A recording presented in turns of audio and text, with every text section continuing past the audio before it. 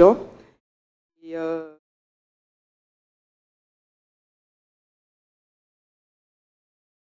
Et par le ministère qui est en charge de l'organisation pour organiser le forum au niveau de la Côte d'Ivoire, mais évidemment tous les pays africains sont concernés et sont invités. Donc l'information que je veux vous donner aujourd'hui, ce serait de prendre dès aujourd'hui, dès que vous retournez dans vos différents pays, de prendre la tâche avec les ministères en charge de cet événement. Je pense qu'il y aura éventuellement le ministère de la Jeunesse, ou le ministère des Affaires étrangères, ou même vos ambassades. Ce serait bien de prendre la tâche avec ces institutions-là pour avoir toutes les informations vous concernant et comment est-ce que vous pourrez y participer. Évidemment, il y aura un lien, un site où vous pourrez vous inscrire pour pouvoir participer au forum. Le forum, normalement, le sommet normalement est prévu, le sommet des chefs d'État est normalement prévu les 29 et 30 novembre 2017 à Abidjan. Et le forum des jeunes est prévu pour les 19 et 20 octobre 2017 à Abidjan.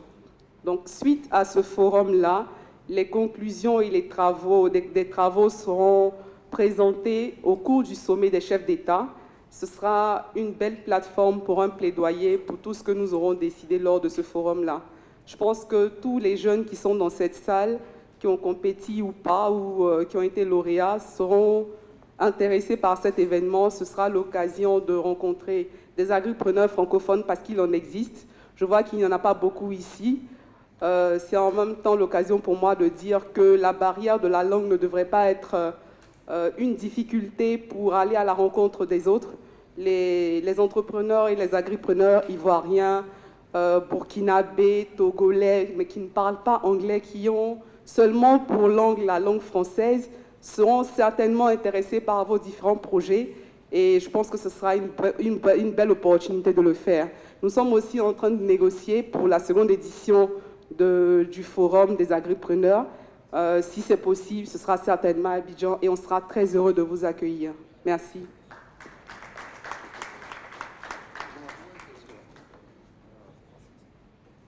I'm very interested. So let's stay in touch. And if Africa 2.0 can help you make it happen, please let us know. Okay. So he was telling me about you, so pleasure meeting you. Enchanté de te rencontrer. Il me parlait de toi tout à l'heure. C'est pour ça. Okay.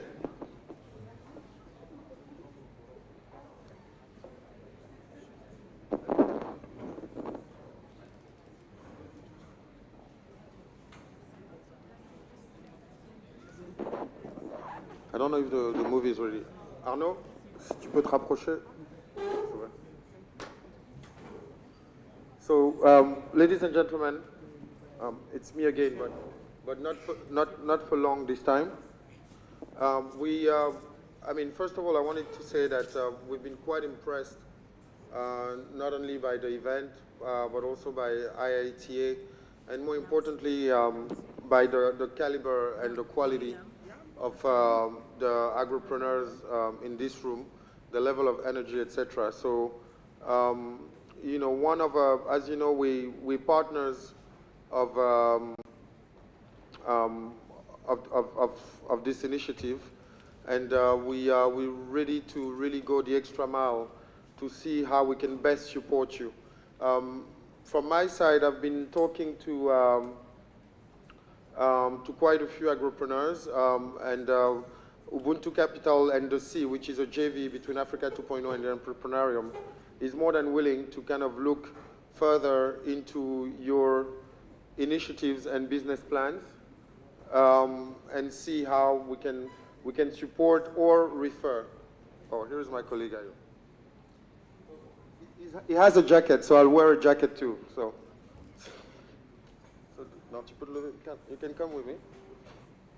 Okay, so the first thing we would like to do is a quick announcement as a commitment of Africa 2.0.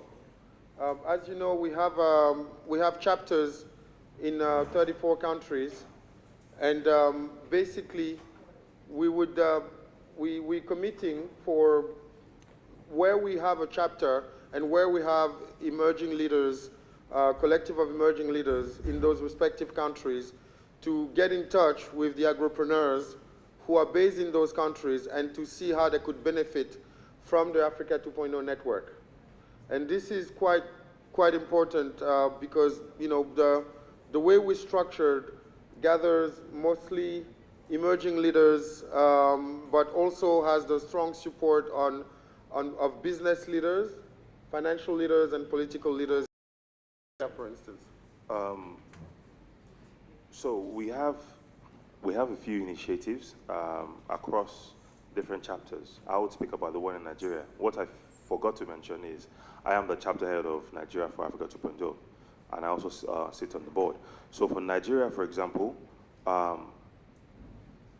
we've been trying to work with the Dangote Foundation to create a program around what he's passionate about, which is nutrition. I'm sure you guys must have seen his advert on CNN.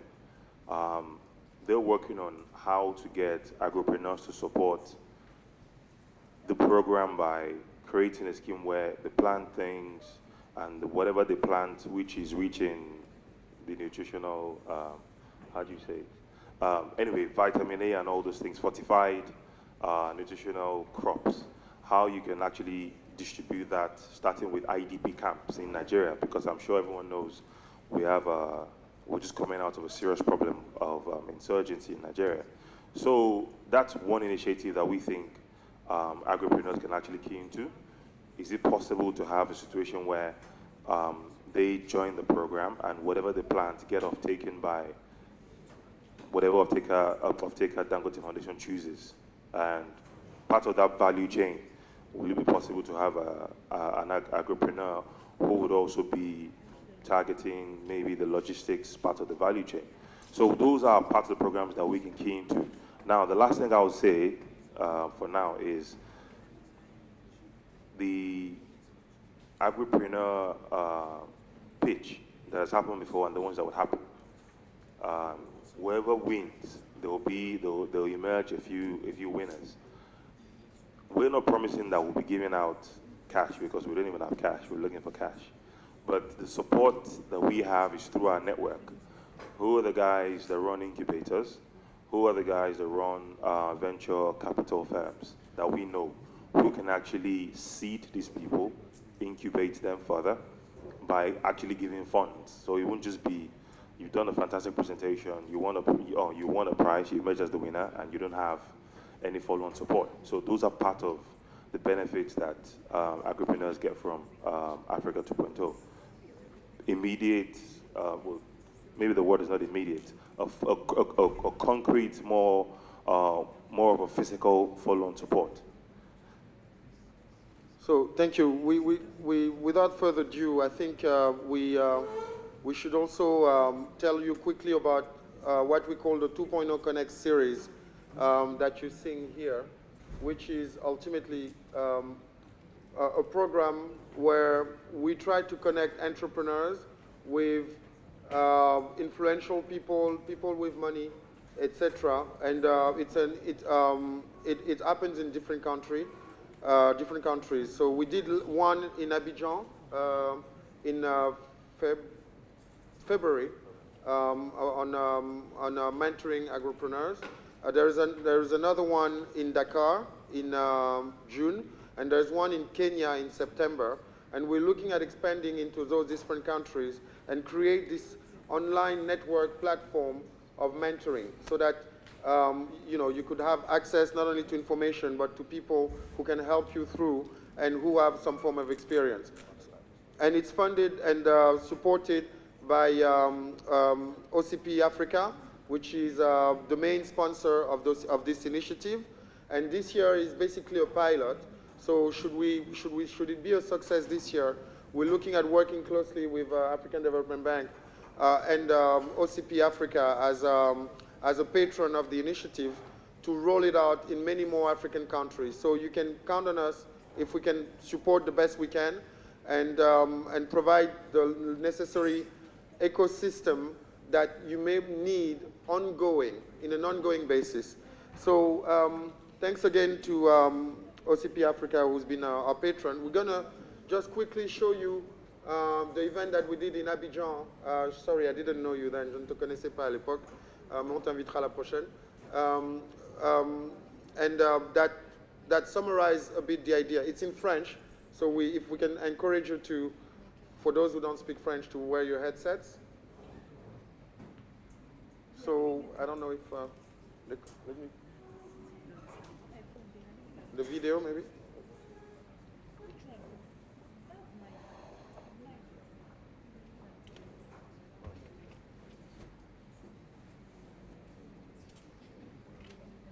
It's a 3-minute video.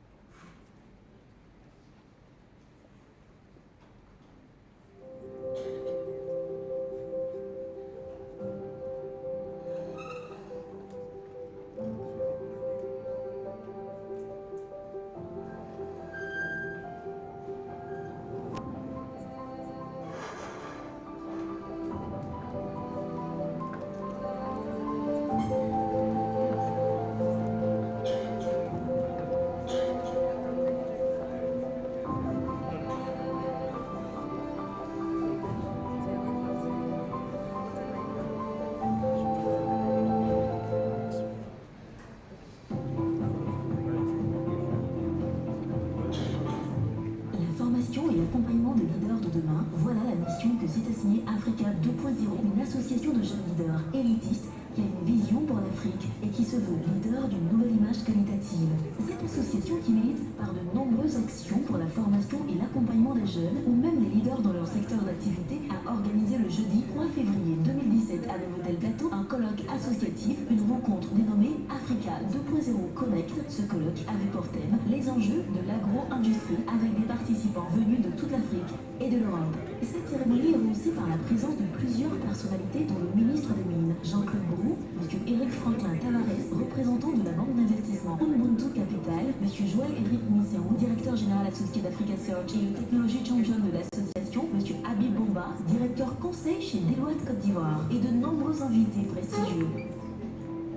La cérémonie a été marquée, entre autres, par une compétition de 3 startups actives dans les domaines de l'agro-industrie. Ces startups qui concouraient ont obtenu au cours de la rencontre la possibilité de présenter leurs projets. Et ces projets ont réussi à obtenir certains appuis financiers et un accompagnement. Notons qu'en marge de cette rencontre, Africa 2.0 a présenté son projet Mentoring 2.0 qui a pour objectif d'attirer des dirigeants possédant de l'expérience et des connaissances dans leur domaine d'expertise et de les relier à des mentors dans le but de les guider, de les orienter et de les accompagner sur une période définie. Il est primordial d'encadrer ceux qui seront les leaders africains de demain sur le continent et dans la diaspora, d'accroître la qualité, l'esprit d'initiative et d'entrepreneuriat des Africains, de consolider la conscience professionnelle et l'éthique et enfin d'accroître la compétitivité et d'encourager l'esprit d'équipe. Après cette journée, cap a été mis sur Assini.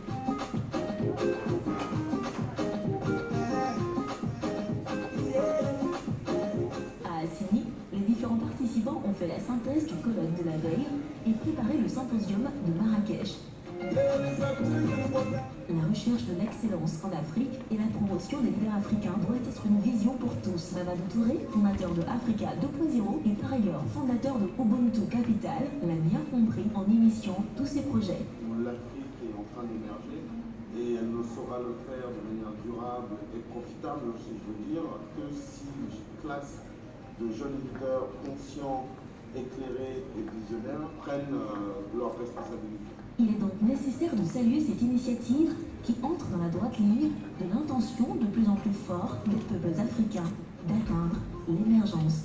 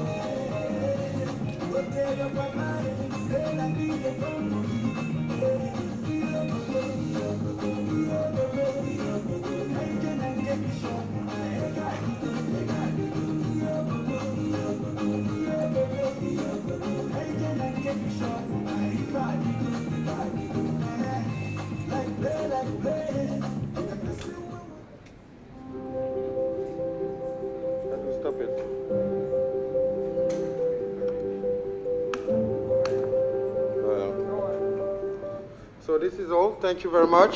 So if we can help you one way or another, please do not hesitate to reach out. Thank you.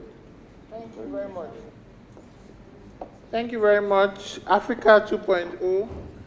So more and more opportunities are coming up. We've heard from Cote d'Ivoire and the Youth Forum happening in November. We've heard about joining Africa 2.0 movement. You can't do entrepreneurship alone anymore. There are so many opportunities for you to collaborate and join a network that is moving forward.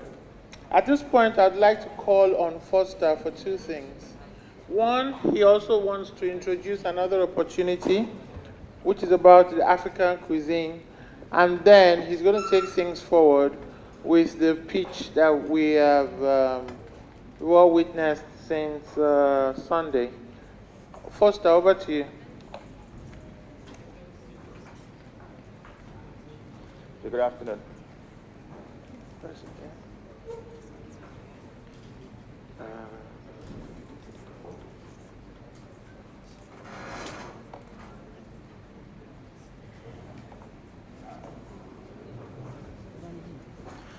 Guess I'll do a little bit of sponsor's message, and then we move on to the exciting part, or the most exciting part of the days that we have spent here.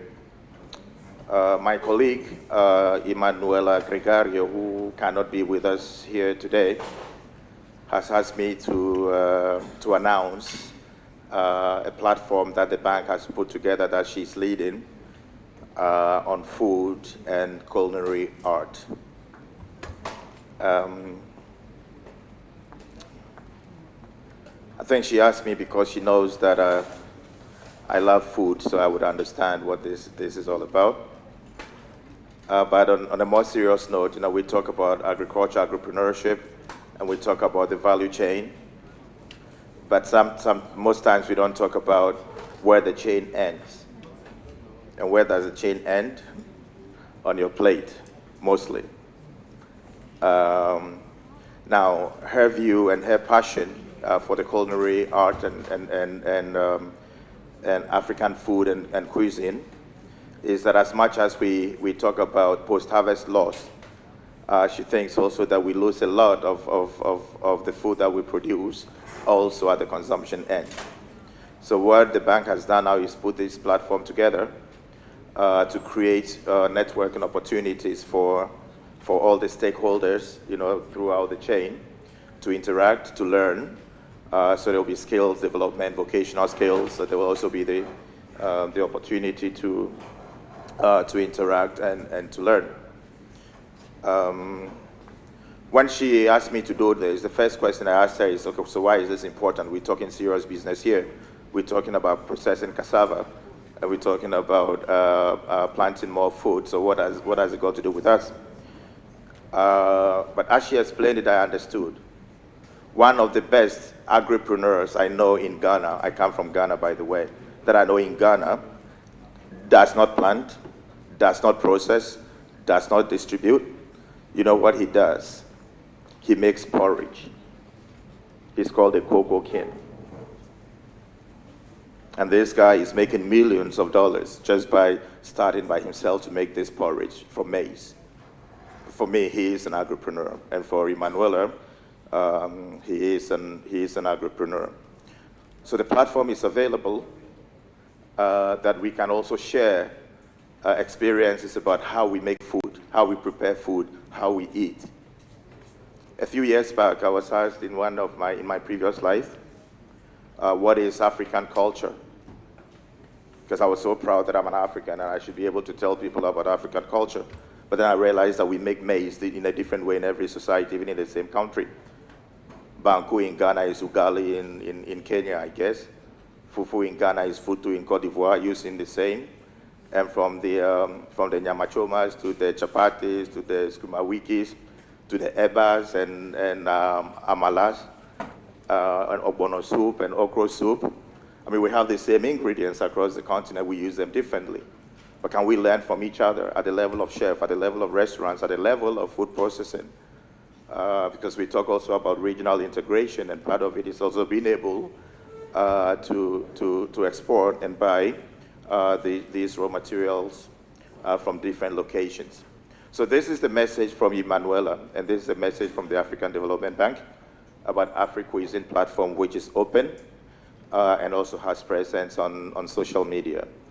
She wants to hear from you, the bank wants to hear from you, because your farms, or your produce from your farms, the output of the processing of your food products would end up on somebody's plate, usually, so that we can learn to better use the products that we get from what we farm.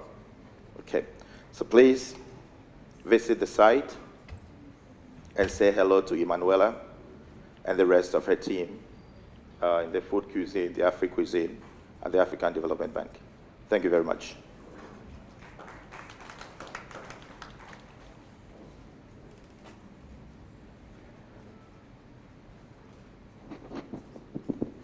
Okay, so now to the most exciting part of this all.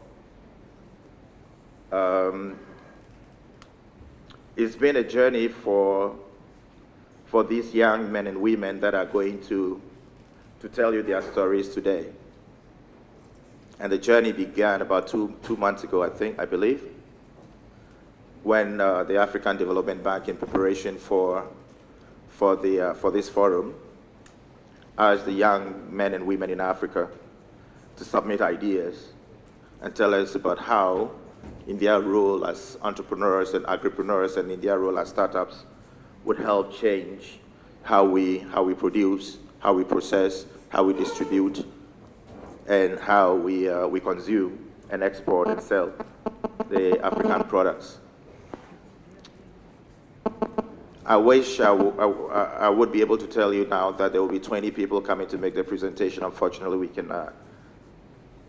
But I'm still proud of all the 20 that sent in proposals, bright ideas, very promising ideas. And yesterday we promised, with the endorsement of my boss, Gigi, that the journey for the 20 would not end here, but we would continue to support and mentor that each one of them, each one of those ideas, each one of the proposals is realized. But now it's not about the 20, it's about the 10. And I have reminded the 10 that it's actually not even about them, but it's about what they bring into the table. It's not about what they want to do, but it's about how they do what they want to do, and how what they do makes an impact in Africa, in the agricultural and consumption space. So before I invite them, each of them would have 5 minutes to pitch their ideas. There would be no questions. Only the judges are allowed to ask questions seeking clarification. Okay? And the judges have their, sorry, the boss called.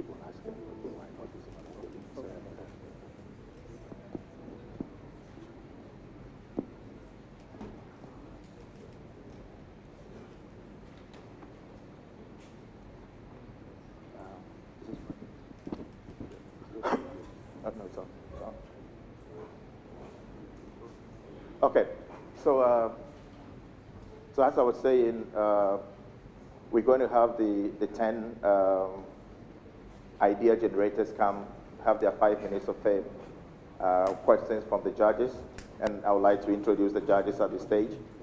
Tony, wave, hello, hi, how are you? Michael in the middle, Simonza, hi. Where's Jane?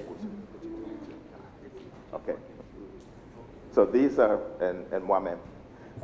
So we are going to be evaluating these pitches that are made. So again, it's not about me, it's about them. Where, who's this?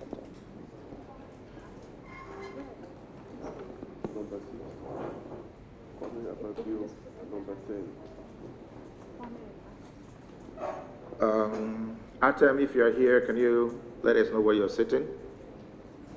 And Kwame, if you are here, would you let us know where you're sitting? Okay, we'll start with those ones. Okay.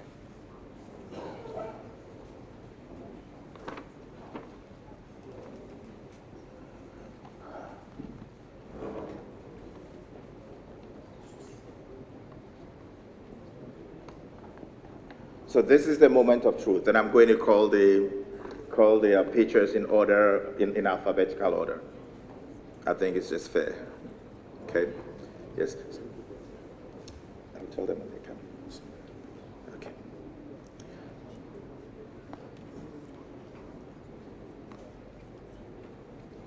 Are we all ready? Okay. Ahad Katera.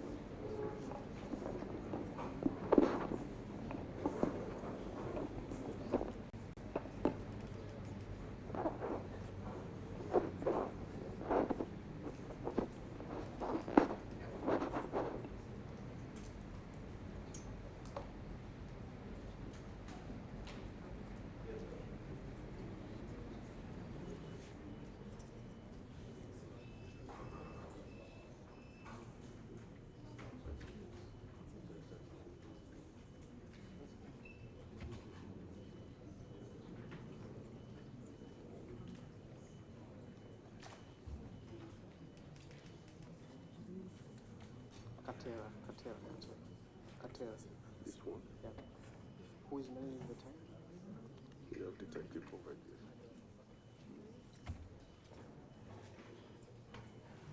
there.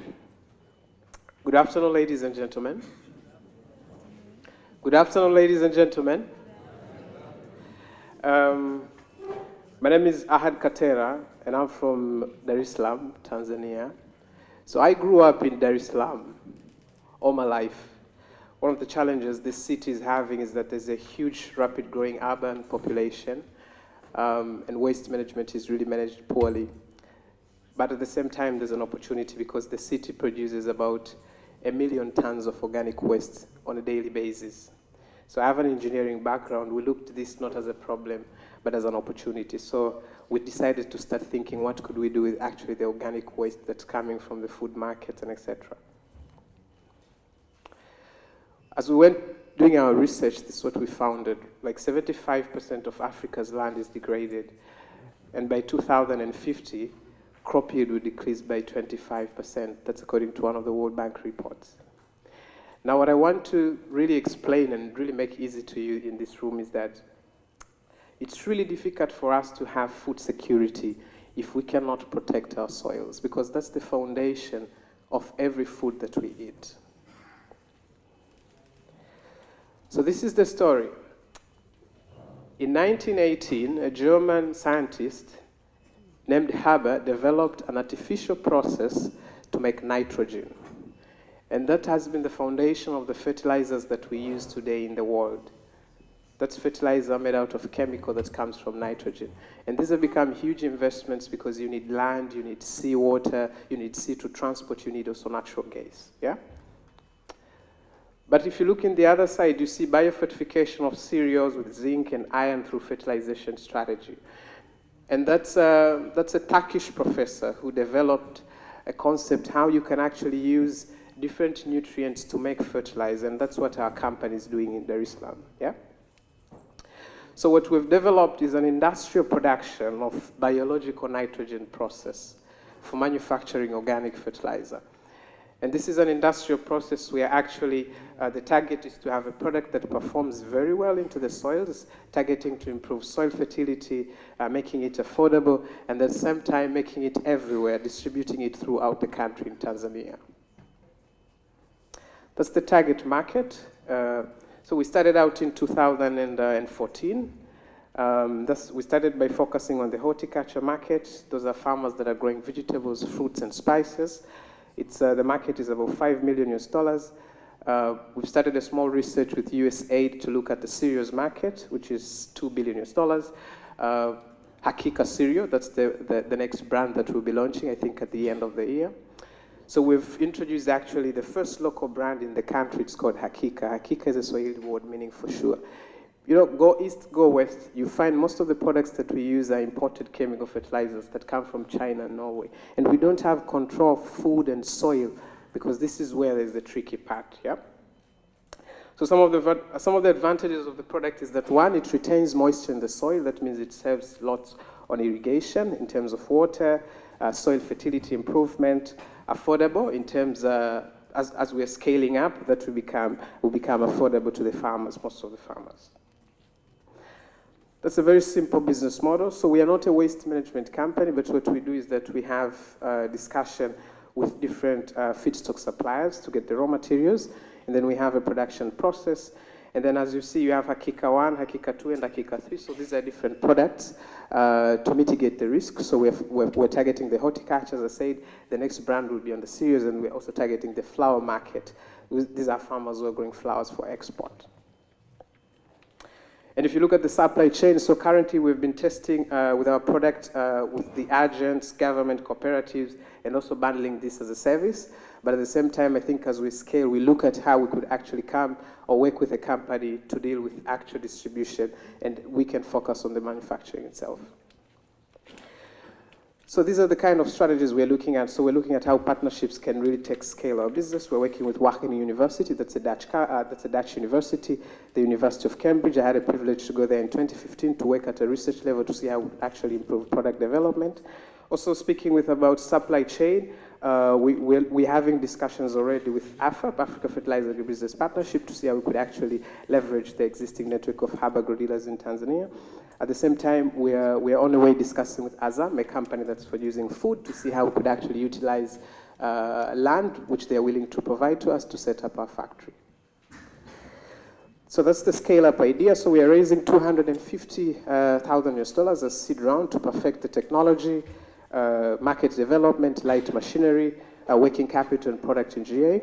And I think towards the end of the year, we'll be raising $500,000 to set up that factory in Dar es Salaam, a 400 tons per year plant with a revenue potential of $100,000. So last year, we had a turnover of $25,000. So that's the diverse management team. We have some from engineering background, others from microbiology, and others from different backgrounds. So we think actually industrializing agriculture through inputs will take us to the next level. Thank you so much. Thank you so much.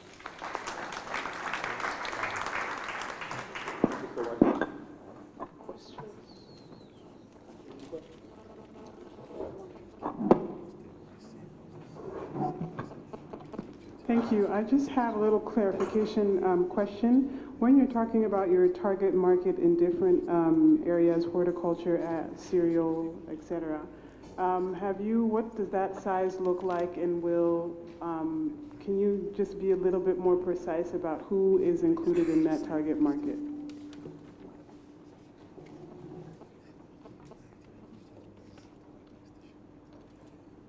So the horticulture market includes farmers from all levels, that's smallholder farmers, medium-scale farmers, even large-scale farmers as well. We've seen the horticulture industry growing so fast in Tanzania, for example, at 7% growth rate. So we're actually targeting all these segments. For now, we haven't segmented which customers we want to work with.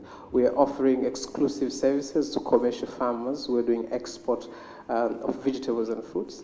A month ago, we actually got approval from IMO. IMO is a Swiss organization that does approve companies growing organic products to export in the EU. Yeah, so that's more about horticulture. Right, thank you very much, Ahad. A big round of applause.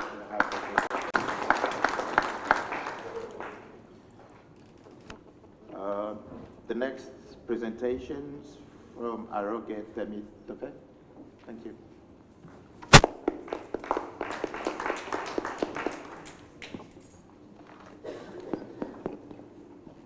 Good afternoon. Hello. My name is Sorry, excuse me. Just before you start, I don't know if you made the announcement. When I raise this, it's 1 minute, and then this one, you know, you have just 30 seconds. Thank you. Good afternoon. My name is Aroge Temitope from Nigeria. I'm Managing Director of Haro Allied Agro Services Limited. 10 years ago, I was a medical doctor in a rural hospital where I had a first-hand experience of a patient who could not pay his bills, and he was a cassava farmer. That formed the bedrock of this company, focusing on mechanization and processing for the demand market. Flour Mills of Nigerian PLC, a first-tier company by market capitalization, is in need of cassava chips to replace a fraction of the corn they use to produce poultry feed. This is because of the commodity market and the foreign exchange challenges. On the other hand, we have cassava all over without being translated to a solid wealth creation. Now, what is our value proposition? To process cassava in an innovative way, where we move just one cassava chipping machine right to the farm to chip the cassava and to sun-dry right on the farm. In this way, we will reduce the post-harvest losses by about 50 to 60% and return value straight to the farmer, plug them into a structured market, and also organize them into cooperative farming where they benefit maximally from mechanization and high productivity. By this, we return value to the customer by offering them value for money at 15% less than the cost of corn they buy for the poultry feed. The market right now is 90,000 metric tons for poultry feed millers in Nigeria as we speak, and we have a supply contract for 1,000 metric tons. Also, as a company, we have a profit margin of 15% in this transaction. So far, we've been able to move from $9,000 in Gary production in 2013 to this supply-demand market of about $263,000, which we are currently servicing. Also, we moved from plantation of our buffer farm from 10 hectares to 200 hectares in 2017, 40 people employed, and we've been able to secure partnership with British American Tobacco Nigerian Foundation to secure funding for 50 farmers in our cooperative system for the next 2 years. By this, we've been recognized in Nigeria, especially by the federal government through the former Minister of Agriculture and the current President of African Development Bank, Dr. Additional, and also recognition from CNBC Africa and Forbes Africa for the young business leader in Africa. Management, we have strong management, and as a managing director, we have leadership development for myself, starting from training in the first cassava to glucose plants in Africa, and also a Japanese government-sponsored training for management in local industry in agriculture. I was taught about Kaizen, 5 years, and how to run cost management to get value for money in agriculture. Competitive analysis, we are competing against cassava Gary, cassava staple from Gary to corn to other cassava chips producer. But we are different because we process on the farm, we add value directly, and we are able to get more margin and offer more value to our customers. Not only that, we ensure quality by proper handling in our processes. Not only that, for the raw material gap, we are building our buffer farm, as you have seen. We have moved to 200 hectares, and also developing more farmers, focusing on mechanization to increase productivity for them. Also, this market is a $10 billion market. The sky is the beginning. We want to be the Dangote of this market, and we are growing, starting from fulfilling this market, fulfilling this supply contract of 1,000 metric tons, which will grow from $263,000 in 2017 to $2 million in 2019. And not only that, we'll also add more value by increasing value to cassava starch. Also, cassava stem is money. Cassava leaves is money. This is business.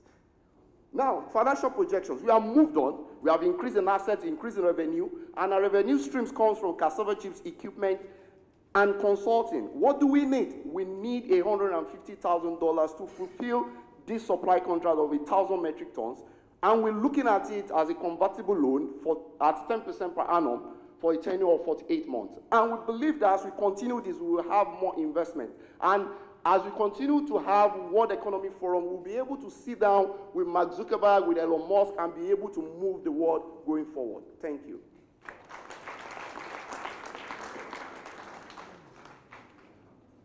Thank you, Arrogant. Any questions for clarification from any of the judges? Hi, how are you doing? Great, I just want to find out, so you're seeking, you said $150,000. Could you kind of clarify what that's for? I know you made mention, but I'd just like further information on what's that for and how that helps you move forward towards the targets that you've mentioned. Yes, thank you very much. I talked about quality assurance and in handling. Our drying system basically is at the sun drying stage. And we feel with the warehouse we're using to warehouse all the products we produce, we need more funding to be able to buy tunnel dryer. Because without tunnel dryer, we can aggregate all our, because we do this on farm. So we move it to our warehouse so that we can have these tunnel dryers right there. We can increase this volume and we can be able to meet this supply demand. Not only that, for the weigh bridge, we need a weigh bridge to ensure quality measurement. We are dealing with farmers at different levels, at subsistence farming, at commercial. So we need to know the actual weight, both for the raw material and the final produce. So this is basically for those equipment, and just a fraction of about 10% as working capital to buffer, because we also benefit from customer credit in this transaction. Okay, thank you very much, and everyone.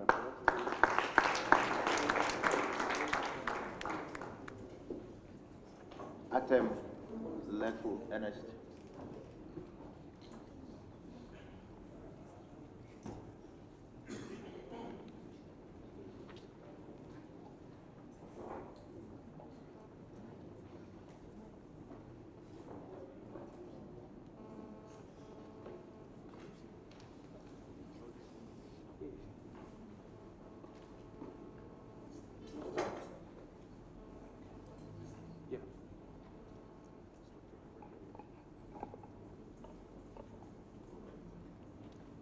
Good afternoon.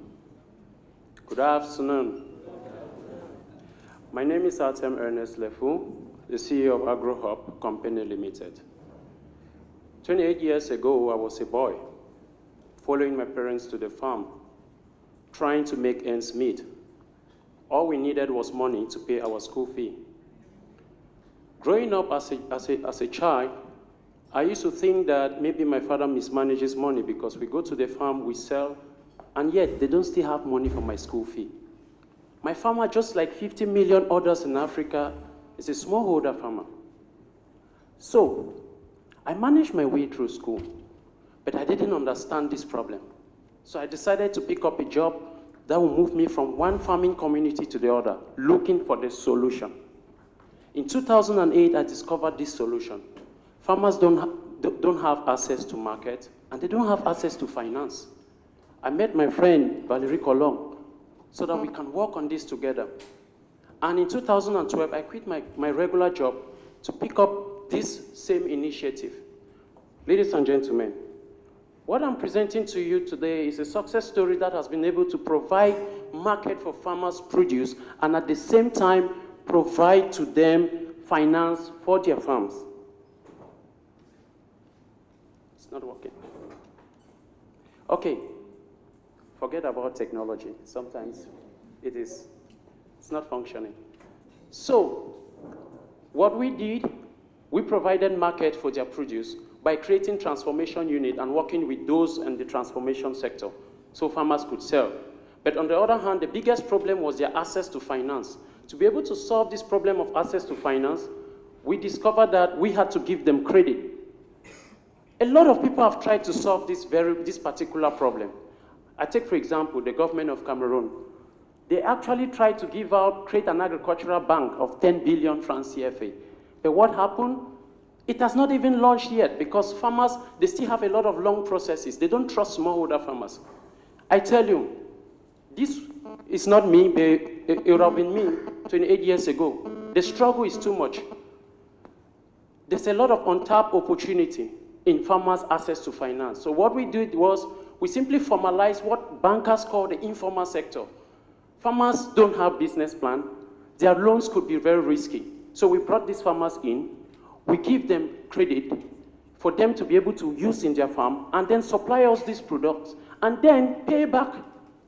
So in terms of how much you're going to sell, we'll give you that money in value and we pay you in months. So you have access to the finance, we pay that money to the bank.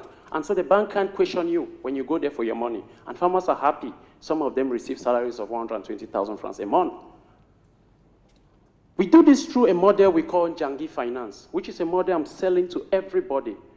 It's a model that it's very simple, but your monitoring and evaluation needs to be very strong, and you need to have a relationship with these farmers, which is what we have been able to do. Agro Company Limited has been able to provide this as a product to farmers, and our value proposition is that we've been able to bring insurance company in to bring insurance into agriculture. They pay a quota to insurance company. They pay another quota for their retirement benefits. We've been able to work on this model on a trust and integrity basis, and farmers have been able to expand their farm, and their capital has increased. Actually, we already invested $20,000 into this model. We need an investment of $100,000 in our company for 20% of the company's share. At this moment, we are valued at $1 million. This is a valuation report of 2015 from 2445 Business Consulting. And the market, we have 2,300 farmers who are supplying cassava to us, but we have a potential of 50,000 farmers who come for our meeting, but we can't reach them. Please, ladies and gentlemen, look into this model critically. Ask me the tough questions. Let's see how to move this forward. The risk in it is poor harvest can sometimes spoil the credit. Climate change and all this stuff.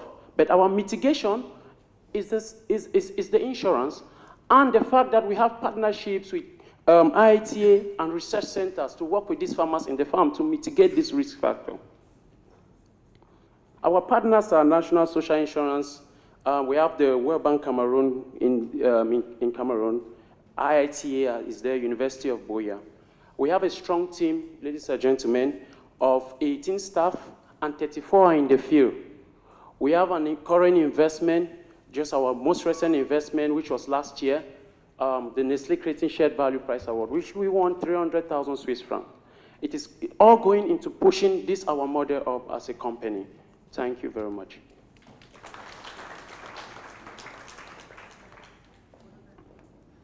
Thank you, Atem.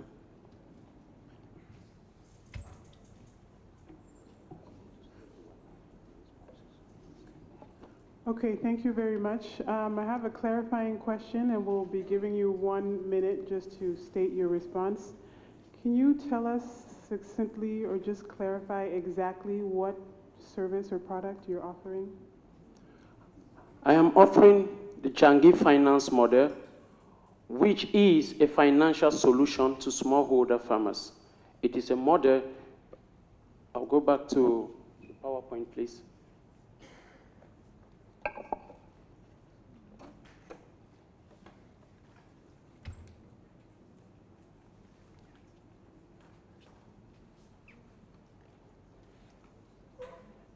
This is a model that can scale into a very big financial house, having a potential of reaching 150,000 smallholder farmers in my locality. The ones which we can reach now, where I am, is 50,000, which we know, and the ones which we are reaching now, currently, is 270 farmers that we are paying money already to. When we started this model, we took the money we were supposed to buy cassava from, we gave it to a bank, and we asked farmers to go there and collect it. But what happened, this microfinance started increasing the interest rates and the rest. So this year we decided to take it back from them, and we hope to run this within the company, and in 2-3 years, we branch it out. And 100,000 US dollars is going to do that. Thank you very much. Thank you, Atem.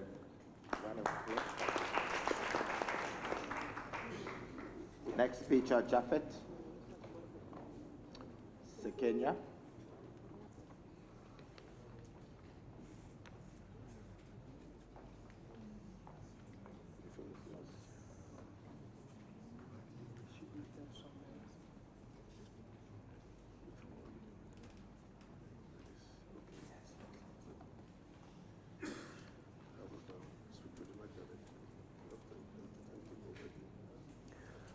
All right, good afternoon, everyone. My name is Japhet Sekenya from Biofood Enterprises Company Limited, which is a company. Basically, we are doing a very simple thing. We are processing peanuts to produce a probiotic drink, which is lactose-free. So if you have any problems with drinking milk, then we have come up with an alternative product, which we process from the peanuts, but we are using probiotics. Probiotics are beneficial bacteria, which when you use, they have a lot of health benefits. While doing this, we found ourselves addressing other challenges, includes the shortage of market for smallholder farmers who are into peanuts growing, but also we found ourselves in an area where we can address the challenge of malnutrition for children in schools. So we're looking forward for a way to make sure that our product is available for children in schools to somehow address this challenge of malnutrition, which affects around 42% of children in Tanzania alone. Our model is very simple. We procure these peanuts from smallholder farmers, either directly or sometimes we buy this from the local markets, and then we process these peanuts to get these probiotic drinks, and we sell to those areas, as you can see, universities, some of the hotels, restaurants, some of the shops, and so forth. Right now we have this product which is out there. It's called Karangayogo, and we're packing in 2 packages, as you can see. You can as well see the pricing strategy, but more importantly, it's lactose-free, as I've already said. It can boost your body immunity. It contains some of the bioantioxidants, which are very important in improving your circulatory blood system, and so forth. Right now, we have a built-out production line, which is capable of producing around 16,000 liters of this product, but this is at maximum capacity, and we're not operating at maximum capacity yet, since we have to improve some of the things in the production line. And we have infused around $20,000 US into the enterprise, mainly from funding of grants and other supports. This is our team, ranging from biotechnology, microbiology, and marketer, but still we have to do more in improving our team. In terms of competition, we have direct competitors, which are those milk-free products, such as soya products, and we have milk, which we consider them to be indirect, since they do contain lactose. But again, we still have a window for us to grow and compete, because our prices are very affordable, but also we offer a wide range of health benefits if you compare to other probiotic products.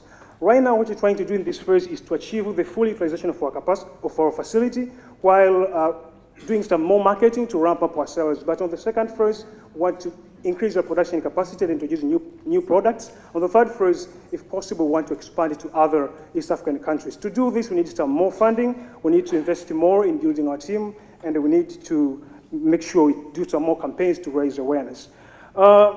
If we can get a funding requirement of $150,000 US for 2 years, this year and the next year, we will not make any profits. It will be a negative budget, but from 2019, we'll be able to make a profit margin of 13 plus as we continue to the other years. So our funding requirement is $150,000 US, which will be divided into these usage. 39% mainly for sales and marketing, as I told you. We still have to do more on the marketing and raising awareness.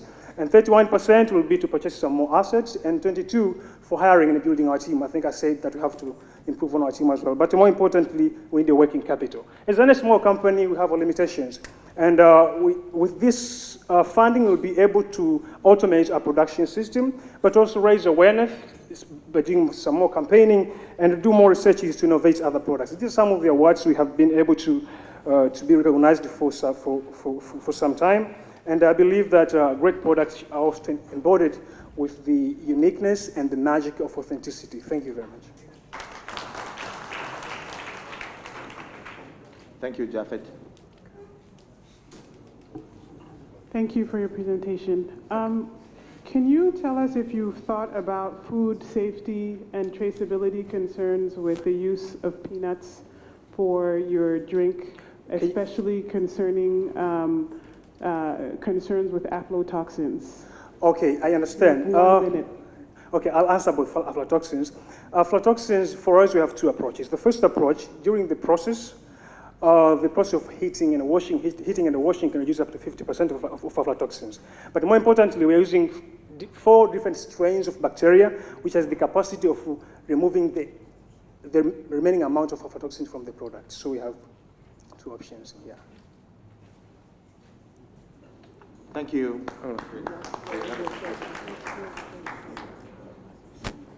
Okay. The next speaker is Kwame Ababio.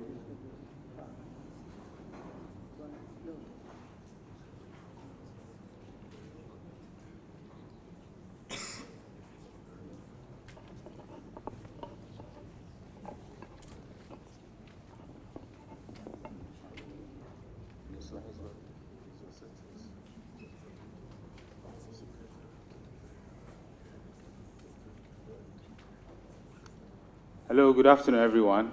My name is Abibio Kwame, and I'm glad to be here to present to you our actions as young people in Africa's agriculture from country Ghana, representing my company, Green Afro Palms. Now, would anybody of you feel comfortable to consume palm oil from this state? Well, I don't know about you, but I wouldn't feel comfortable.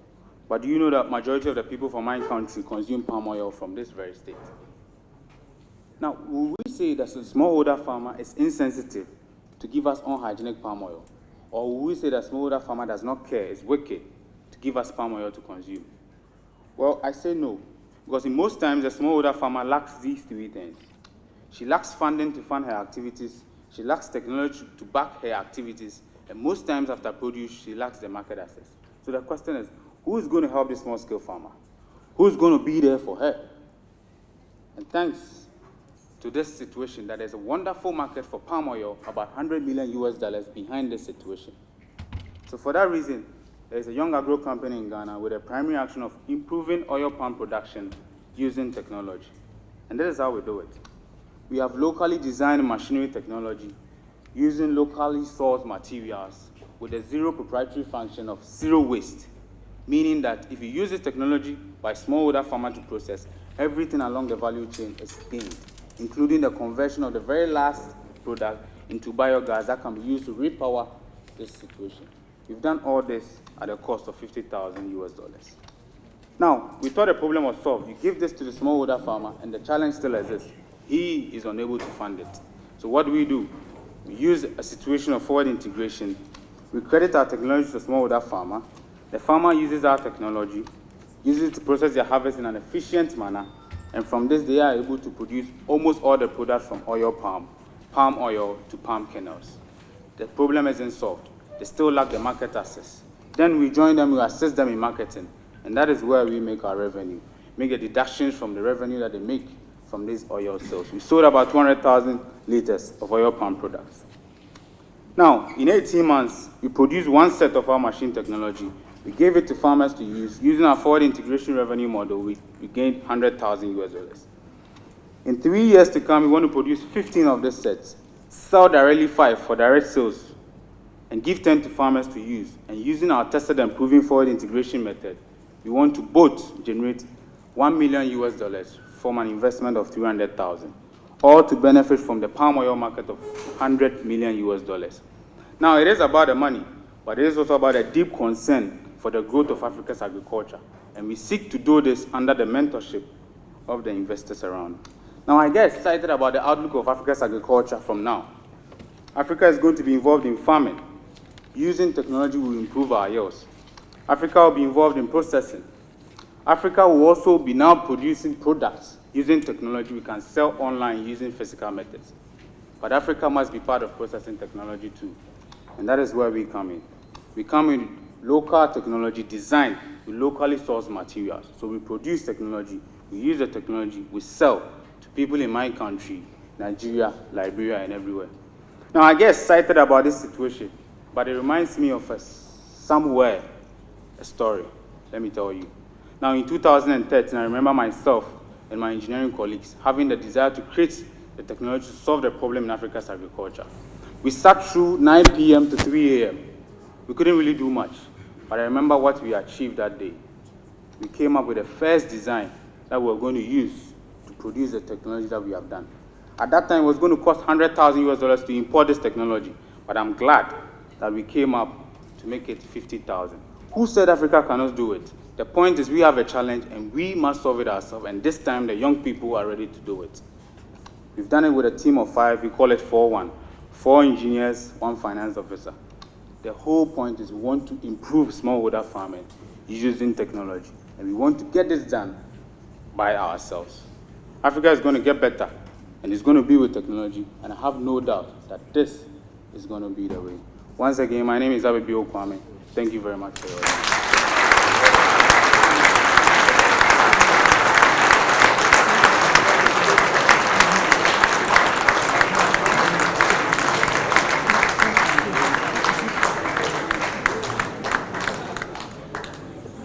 Okay, thank you, Kwame. Just one question. Thank you, Kwame. I just have one question. How did you come up with the $100 billion in terms of your market, the size of your market? 100 million, sorry, where's that coming from? 100 million, you mean? Yes, how did you estimate that market size? All right, sure. So from the master plan of palm oil that was produced by Ghana government, Ministry of Food and Agriculture, there's an estimate of 71 billion for oil palm in the world. And from that, they've generated a market for Ghana, which is about $100 million. That is where I'm getting my information from. Kwame, I would like to know, with regards to the farmers who, I guess, are your customers now, isn't it, right? Besides, obviously, the hygiene factors, with the current situation, what's the difference between, what do you estimate the difference is for a farmer between what he sells using the current method and after he uses your technology to produce the palm oil? All right, thank you. Now, with our technology, the farmer is able to produce 3 times more oils than they are initially able to produce. And what happens is that they are able to also hygienically get this under production. So what it means is that the farmer earns more in terms of sales of the oil, and then we also assure the customers or the consumers of a hygienic product. That's the difference. Okay, thank you very much, Kwame.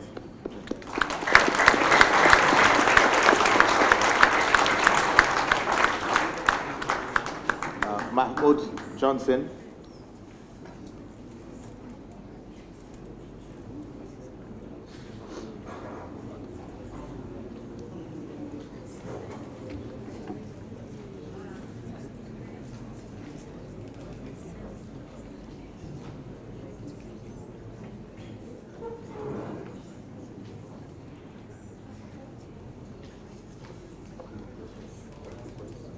Okay.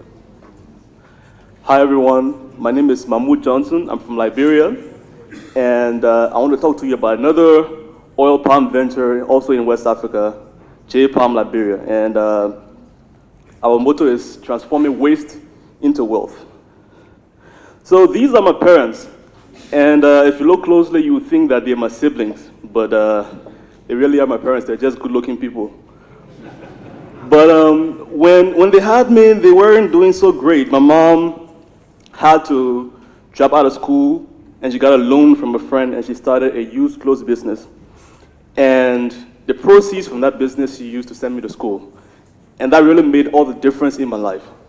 So when I think about economic development and transformation in Africa, I think about how do we create opportunities so that more moms and dads can be able to invest in their children's future, can have the dignity and the freedom to make the investments that are necessary for the children's future. As we all know, oil palm is indigenous to West Africa. There are many countries in Africa where oil palm grows like grass, such as Liberia. In Liberia, there are 29,000 smallholders who produce palm oil.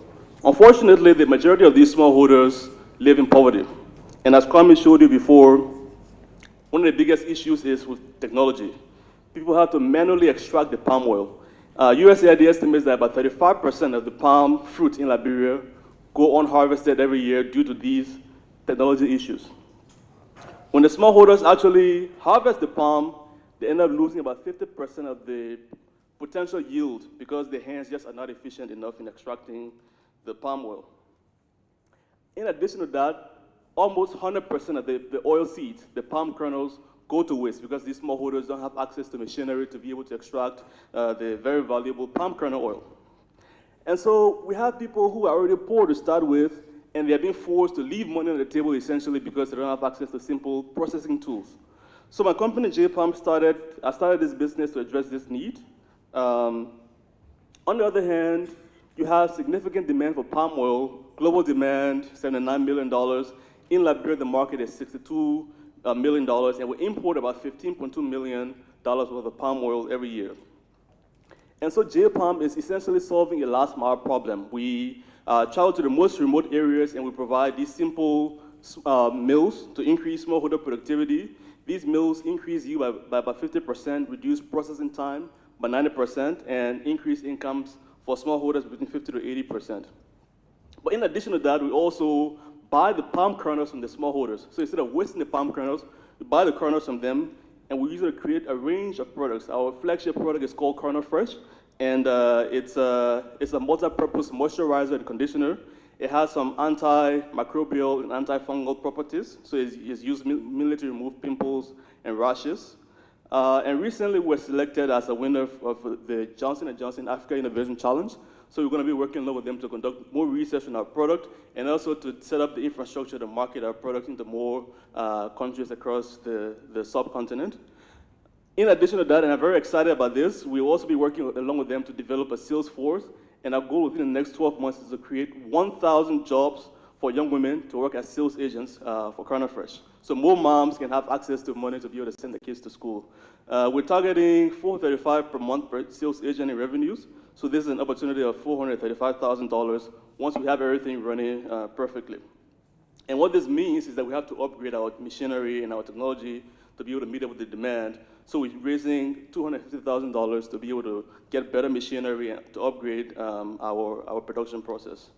So essentially what we've done at JPalm is that we've been able to increase the value of Liberian palm oil by about 7 times. We take the crude palm oil and we create health and beauty products, soaps. We create palm kernel cake. The palm kernel shells, we also recently got an investment to turn the palm kernel shells into charcoal. So instead of cutting down trees to make food, people can now use renewable energy for charcoal. And all of this takes me back to my own upbringing and my own experience with my mom. And we are creating similar opportunities for other moms and other Liberians to be able to have that money, to have that dignity, to send their children to school, to send their children to hospitals when they're sick, to provide food for them. And I think that this is the future of Africa. Thank you very much.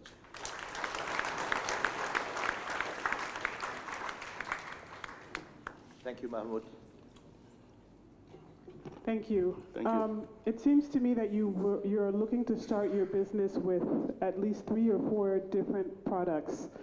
How sustainable do you think that is to start right off the bat with so many different products offerings? Okay. And have you tested your market for any one of them to see which one would respond best? Thank you very much. JPalm is 4 years old. We've been operating for 4 years now. And these are all byproducts.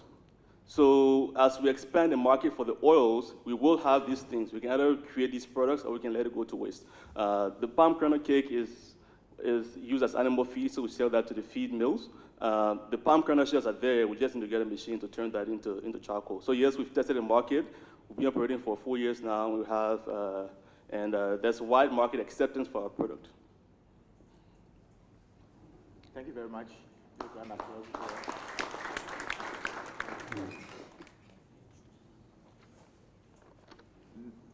Mary Joseph, you're next. Okay.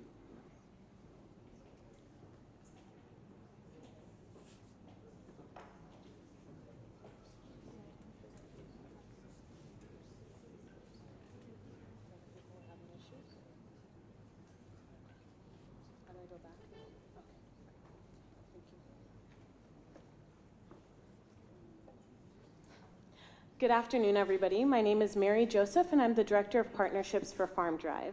FarmDrive is a Kenya-based data analytics company that's driving products and services to smallholder farmers, primarily financial services.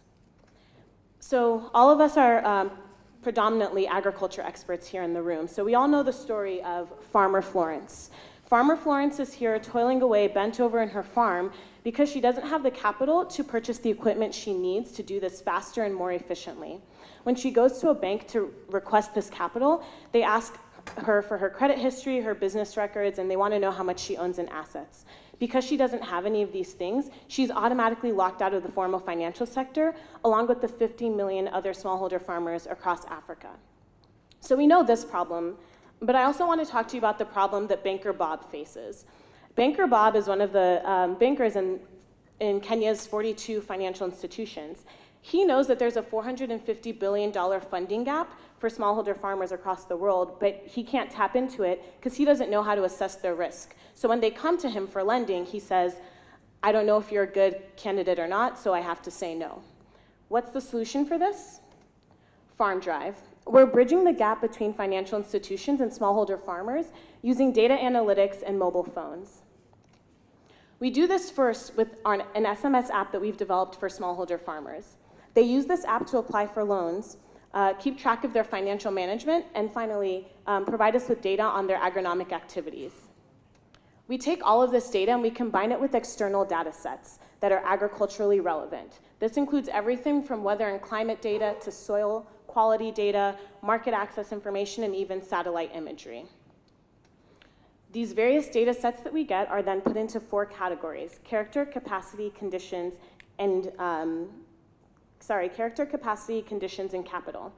We then use those 4 categories to develop a score for the farmer and provide that to a financial institution so they can assess the risk of lending to the farmer and then provide them with a loan. We're thus far working with 3 different financial institutions, and based on our discussions with them and other financial institutions that have come to us for this solution, we've developed 3 different revenue streams. The first one is a credit scoring fee. Financial institutions pay a small fee for each credit score that they request from us. The second is a revenue share on dispersed loans. We also developed quality loan products that the financial institutions can use to lend to the farmers and then share the revenue on those products. Finally, there's a subscription fee for financial institutions who want to use our unique pre-processed data sets within their existing credit scoring models that they have in their institutions. So our value proposition for financial institutions and smallholder farmers is quite straightforward. For financial institutions, we provide scalable portfolio growth, risk mitigation, and cost reduction because we're using digital services or digital platforms and data-driven processes. For smallholder farmers, we provide increased creditworthiness, access to quality credit, and reduced default because we're making them creditworthy by providing data around them and creating a data portfolio that financial institutions can use to score them. So what sets us apart from traditional banks, digital lenders, or agricultural lenders? Well, it's the fact that we're taking alternative data sets but using them specifically to lend to smallholder farmers. This is something no one else within Africa is doing, and we are pioneers of this model. Additionally, we have an incredible team that is comprised of experts in everything from credit scoring and data analytics to geospatial analysis and even agroforestry. All of us are coming together and bringing our various areas of expertise to develop this model and drive credit to smallholder farmers. So we've completed 1 pilot thus far in Kenya, and it was quite successful. We reached 3,000 farmers, dispersed 400 loans across 16 counties for a total of $150,000 USD. Additionally, we increased the agriculture portfolio of our MFI partner by 26% and increased their reach throughout Kenya by 55%. So today I'm asking for $300,000 USD. This $300,000 is going to help us with product development in turning our algorithm into a statistical model, client acquisition, which will help us bring on 40,000 farmers throughout 2017, and also commercial banks who can reach further and lend more to the smallholder farmers. And finally, team expansion to provide us with more experts to join our team and increase the quality of our products. By doing this, we're going to increase the quality of the agribusiness for Farmer Florence and also the banking business for Banker Bob. Thank you.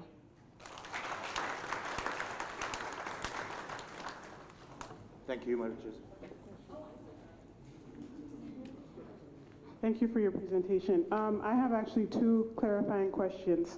One is, do you have a revenue stream based on the smallholder farmer, meaning are they paying for the application and then, to have access to the app? And then my second question is based on the smallholder farmers who have accessed this service from you already, it seems that you're proposing debt financing solutions for them. How has that been working out for them? Yes. So the first question about whether the farmers are paying, they are not paying at this point. We even cover the cost of the SMS messages for them.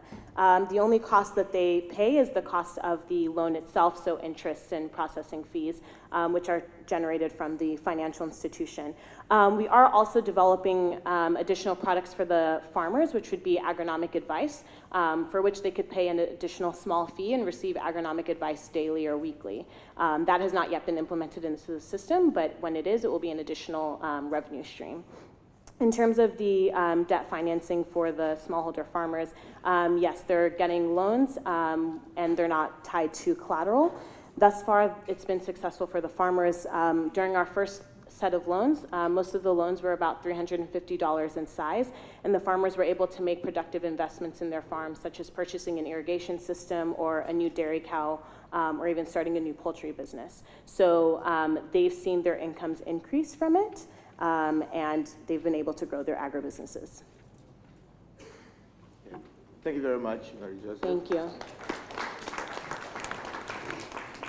Next, Samuel Mugali.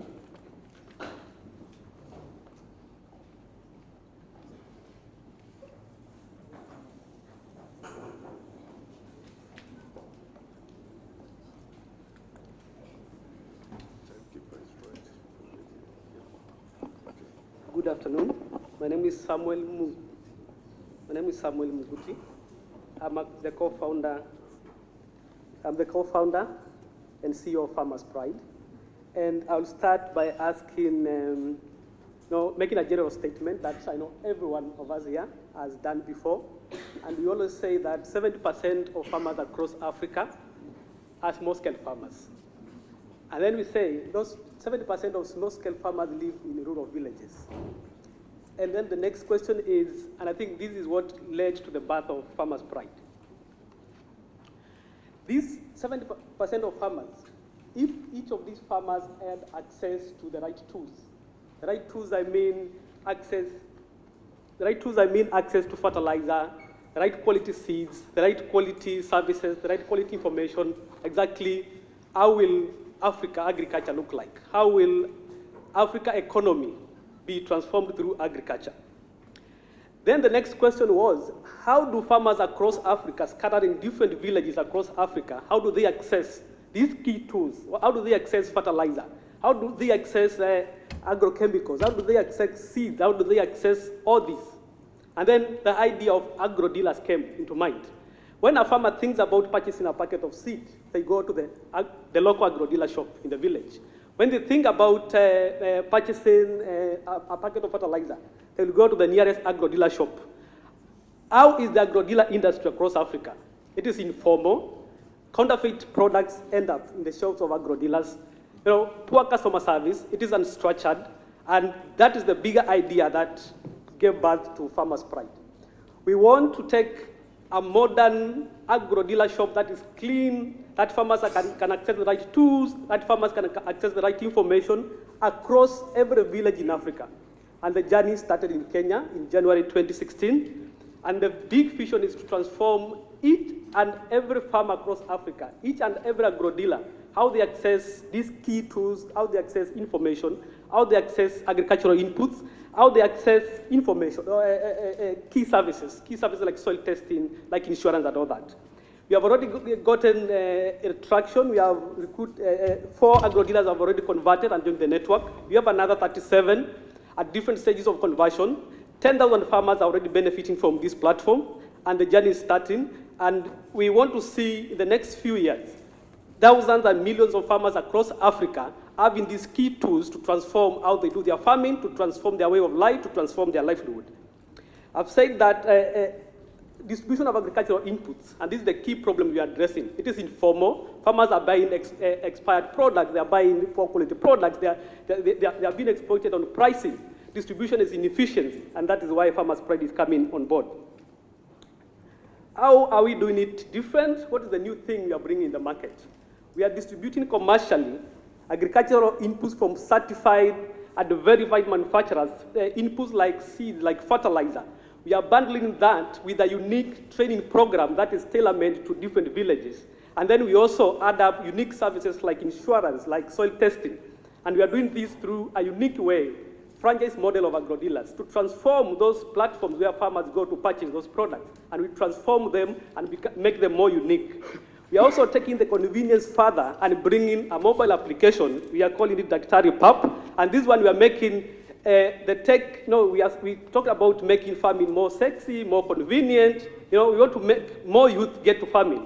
When you are in your matatu, in your vehicle, on the road, everywhere, you can order a packet of seed, you can purchase it at the comfort of your phone.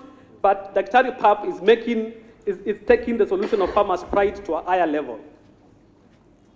Our model simply means we are taking solutions to local farmers. We are providing them access to key inputs, key services, key information through rolling out a network of local village agro-dealer shops. The AGRI-PITCH application, I've said, this is taking convenience and solution of farmers' pride to a higher level through a mobile application. We are calling it AGRI-PITCH. This is our revenue model. We are retaining 15% of redistribution of the products and services. Network joining fee, $50. We are charging 3% of their sales every month, and the AGRI-PITCH connection fees, 30%. Our next steps, we want to complete pilot of 10 shops. We want to take the network to 50 by 2020, 300 by 2025, and pilot and roll out the AGRI-PITCH service. Our transformation story, look at the pictures. This is how we transform the rural agro-dealer shops. This is the magic. 4 have already converted. 10,000 farmers have joined, are benefiting. 20 partner agreements have been signed so far. These are our funding needs to take farmers' pride to where we want to be. Our current fundraising, we are looking for $500,000. This will take our revenue to $3 million per year. This will it will stretch our network to 50 agro-dealers. It will stretch our farmer reach to 50,000. The next fundraising round will be $3 million. It will stretch our farmer reach to 300,000. Market size. Let me talk about the team. A diverse team pulled across Africa. We have JJ is our board chairman from Ghana. We have Joel, our strategy advisor, is from America. The other are Kenyans. Thank you very much. Thank you. Thank you, Samuel. Any question? Samuel, I'm trying to understand. Are you running shops and hope to add an app for extension services? Correct. All right, cool. Okay, thank you very much, Samuel.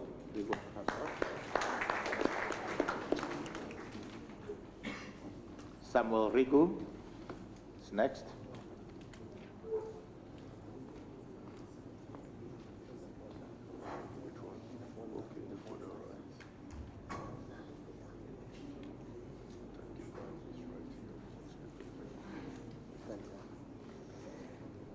Good afternoon, ladies and gentlemen. My name is Samuel Rigu, the founder and CEO of Safi Organics, where we believe over 38 million smallholder farmers across Africa should have access to affordable, high-quality organic fertilizer. One afternoon with my grandmother in the field, she said words I'll never forget. Son, a few years back, we were harvesting double of what we harvested this year. I'm afraid 20 years from now, you may have no food from this land to feed your children. The reality is that farmers across sub-Saharan Africa pay 2 to 3 times the price of world fertilizers because these fertilizers are imported and they accrue a lot of logistical cost.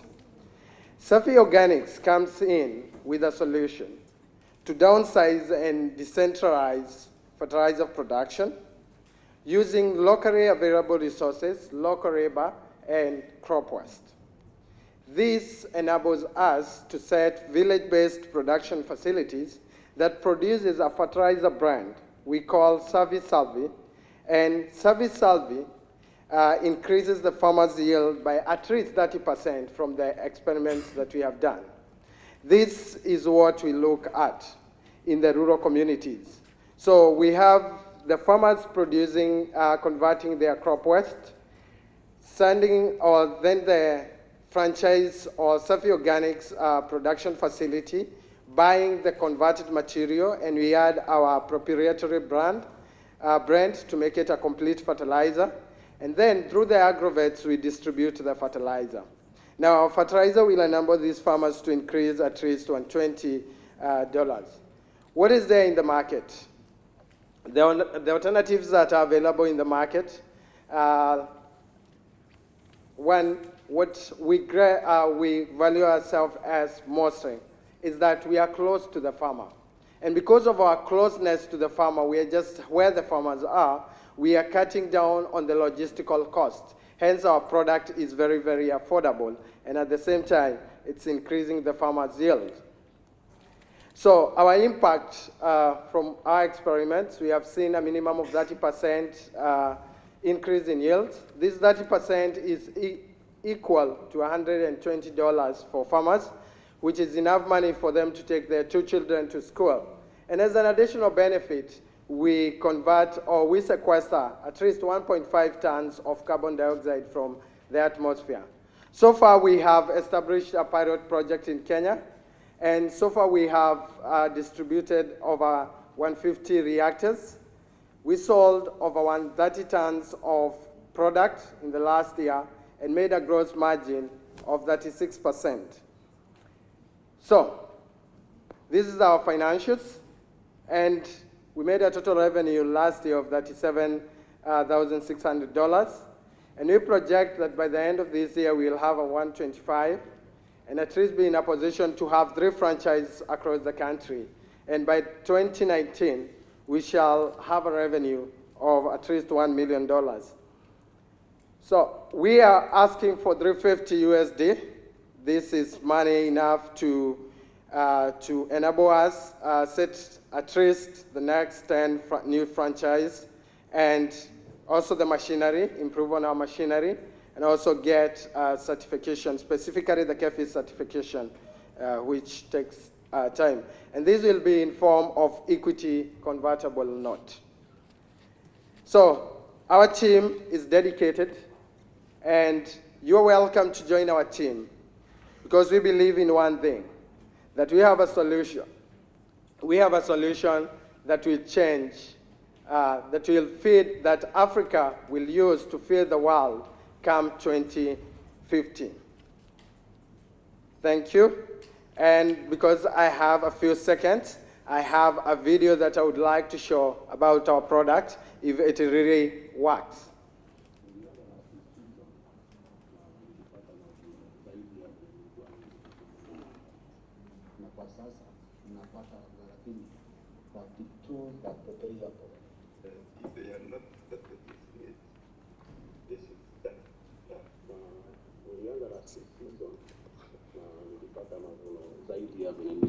Hapo mbeleni, na kwa sasa napata 30, 32, 33 hapo.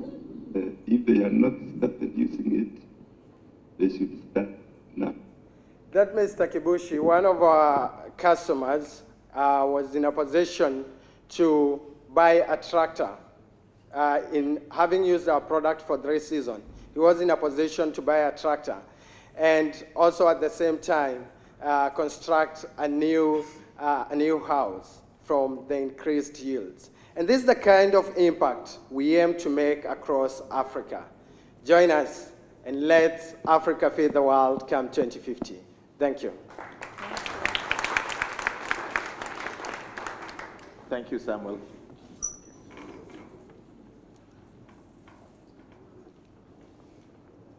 Samuel, great. I'd just like to understand. So your competitive advantages that you've got, you increase the 30% yield. I'd like to know, from your analysis of the competitors, what's their current yield, what yield percentage do they currently produce, if you know that, and how do you compete with them on price?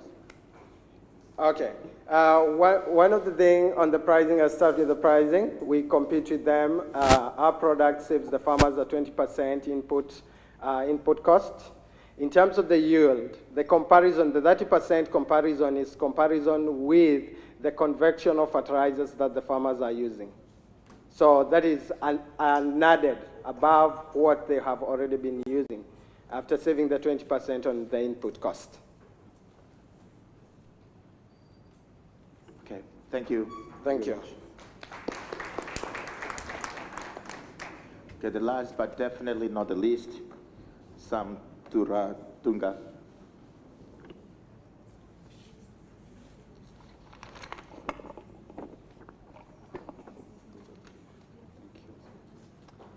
Good evening, everyone. I'm Sam Tunga, and I come from Uganda. Ugandans, similar to other people in worldwide, there is a growing demand for healthy drinks and foods, and that's the reason why I started making fruit juice drinks from locally, organically grown fruits and vegetables in Uganda. Actually, in Uganda, we are the second largest growing country of bananas, second to India, which is number 1. So we are providing affordable, nutritious products to young professionals, middle-income class, which are healthy drinks for their well-being.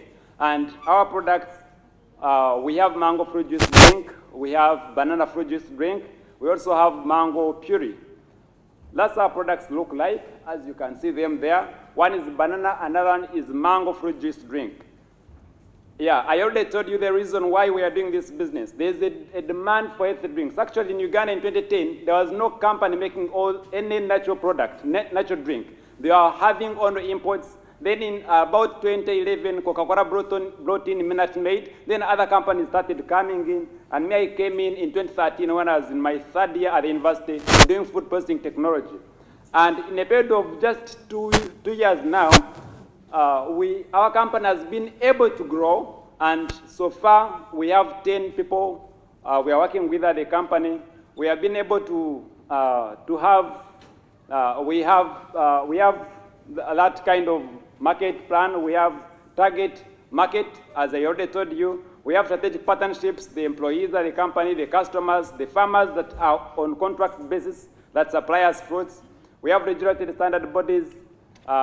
We have how we market our products. We have a company delivery van that delivers these products to the market. We have also social media to use to market the products. And that's how we retain our customers, by consistently providing nutritious products to them.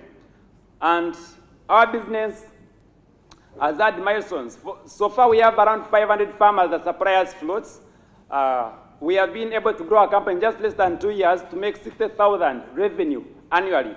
I started with $140 when I was at the university studying. The company has grown in just 2 years. Our vision is to be the leading processor of natural fruit juice drinks in the Great Lakes region in East Africa. And our team, we have 10 people at the company. Actually, most of them have gone to the university, but we also have people that have not gone there, but we have trained them at the company. 4 of them are males and 7 of them are ladies. And when you add me there, we become 11 there. And we capitalize on the balance of cheap fruits in Uganda. That's the ripening room where you see the bananas. Then that is my team, some of them. That is my production room. You can see the stuff there. Much of the work we do is actually done manually. Those are the products. That is mango. There is also banana there. That is a truck we use to send these products to some other countries. We already export our products to Rwanda. We export our products to DRC. And this month we are starting to export to Kenya. We have already signed a contract dispute agreement with a Kenyan company. That's the revenue and cost model. We make actually a profit of 0.2 per bottle of the juice that we make. In this month, in this year, we expect to sell the product to 288,000 people. That's the number of bottles we expect to sell in this year, and with the next years, as you can see. We have obviously some risks and challenges that you find at the company. For example, scarcity of fruits. But we store a lot of mango puree during the season, and then off season, we have what we can use. We make sure we make natural fruit juices available, so we are able to overcome competition by influx of imported juices.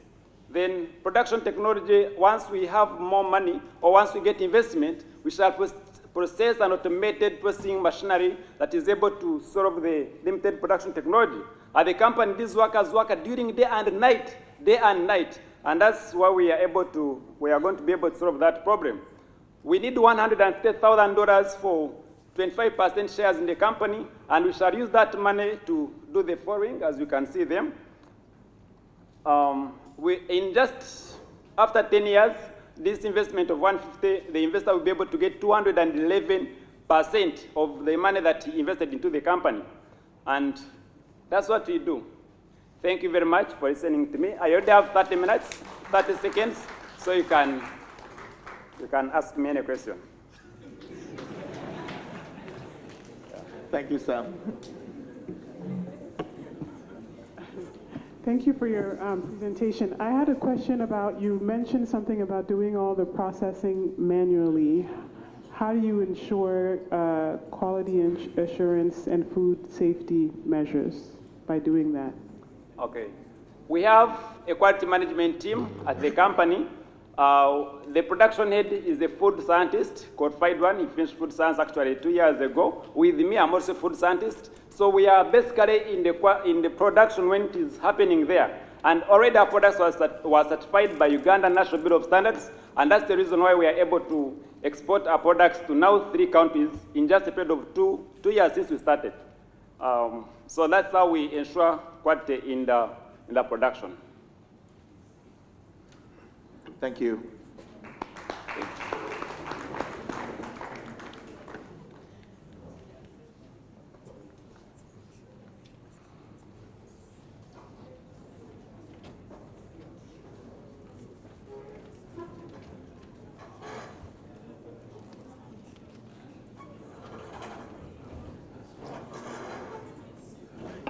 Okay, I'd like to thank the pitchers for the great job, and thank you also for being such a great audience.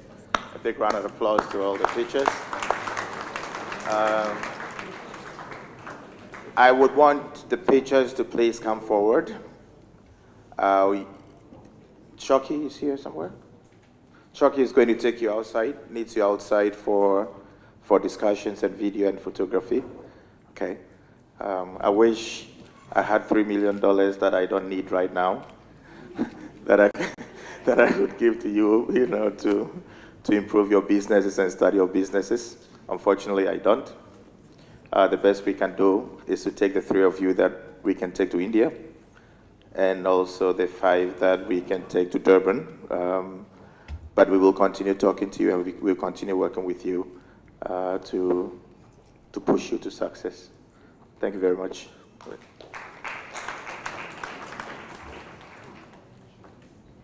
Wow, Africa really has a great future, right? With entrepreneurs like this and many more who have not reached this stage, we're going somewhere. I'm very encouraged. Well done. A big round of applause, please. Everyone, well done. And well done to our coaches. Thank you so much for all the work you've put in this. And Foster, thank you very much. And the judges and everybody, timekeepers, everyone, well done. I think that we're about to round up, but we have some very important messages that still need to go out. We have brief talk from Dr. Karanja, and then Edson would also put you through the future of IAF. IAF is what we make of it, all right? We have started something big. It can only get bigger. Next year, if we were to hold it probably in Botswana, how is it going to shape out? If we were to hold it in Mauritius, how will it play out? If we were to hold it in where? Where else? You should be pitching your countries. All right, all right. You and Zimbabwe. All right. So we have these 5 people who really, really need to go into that press room. Emine Ndeho Kubwayo. I'm really from Ijebu, so please forgive me. Adu Gloria, she's from Ghana. Musulure Sheila Etam from Kenya. Gilbert Kabayiza and Anna Samaki. If any one of them is here or attended, please go in to meet those handling the per diems, and they would like to make sure you get your money. All right, can we have Dr. Daniel Karanja? All right, please. He's got, round of applause, please. He's got a brief talk to give to us. Oh, 3 is too short. 2? Away from the US. Good afternoon, everyone. This indeed has been such an encouraging event for me. Very excited as somebody who has been working in the policy advocacy space for the last 20-some years in the United States. I'm very, very encouraged by what I hear. When we started this work, as I'm the executive director of the Partnership to Cut Hunger and Poverty in Africa, this was started by African leaders back in the late 90s. Investments and donors who were turning away from Africa, they felt there was a need to create a platform in Washington, D.C. to engage the World Bank, USAID, and other donors, and continue to tell them that Africa's future is anchored in the agriculture sector, and that the fight against poverty, hunger, and malnutrition had everything to do with improving food productivity, distribution, and livelihoods in rural areas. Over the last 15 years, we have seen great success and a turnaround of attitude even among the donors. Some of you are probably older than me, but you remember in the 60s and 70s, donors told Africa what to do, and they came in with prescribed ideas. In the 90s, in the 80s, after the structural adjustment program, most of the public sector programs like TNV in extension and research collapsed for lack of funding. In the 2015, we clamored for more investments in the sector. We've seen increased public-private partnerships, and we've seen growth.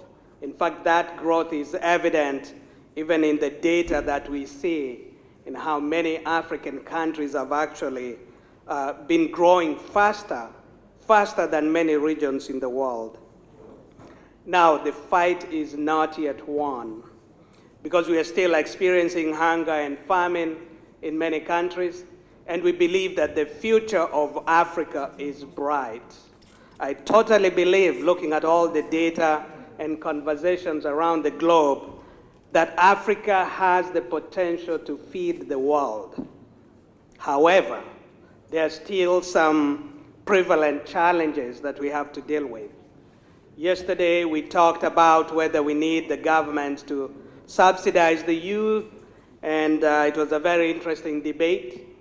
Let me say, from the work that we've done over the years, we know there's a role for the public sector.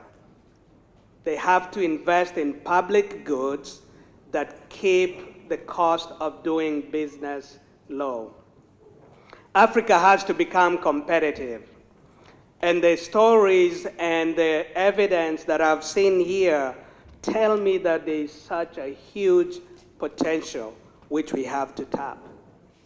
We have to stop talking about the potential and actually doing it. And this engagement here has given me a lot of encouragement. Let me tell you how my organization and our partner organizations are willing to help to work with you. We work in the public policy space. Somebody this morning talked about advocacy. That is really powerful. Your story needs to be heard by our leaders. In fact, Dr. Ojukwu, I was hoping we had some politicians here who could get excited by this and release some of those pearl strings and funding that our youth need to continue to grow. But this is just the beginning.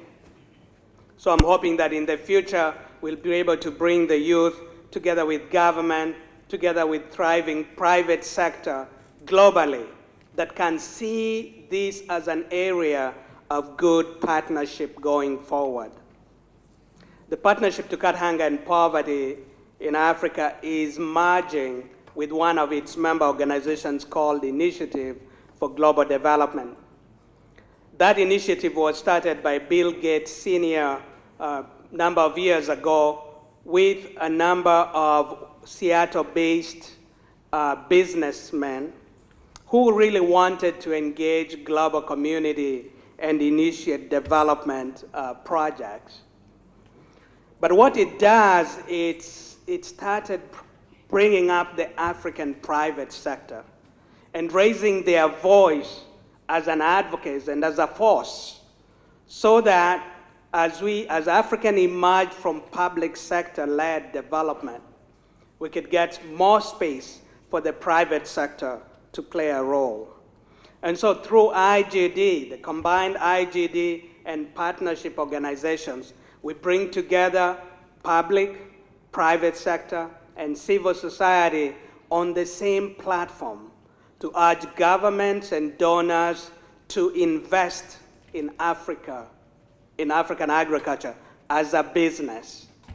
We believe that this is where the future of Africa is anchored. Let me talk specifically about a project that we are developing with the African Development Bank.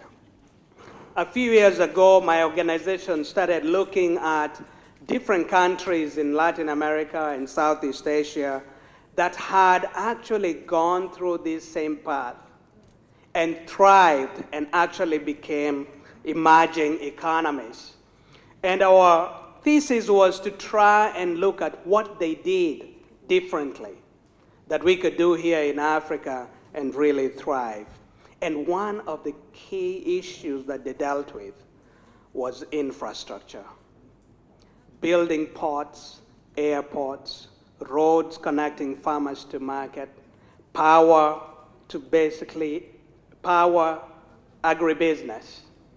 Without cheap electricity, consistent electricity, without good roads throughout the seasons, without good ports and airports and logistical systems, it's going to be very difficult for your business to become competitive and to be scaled up.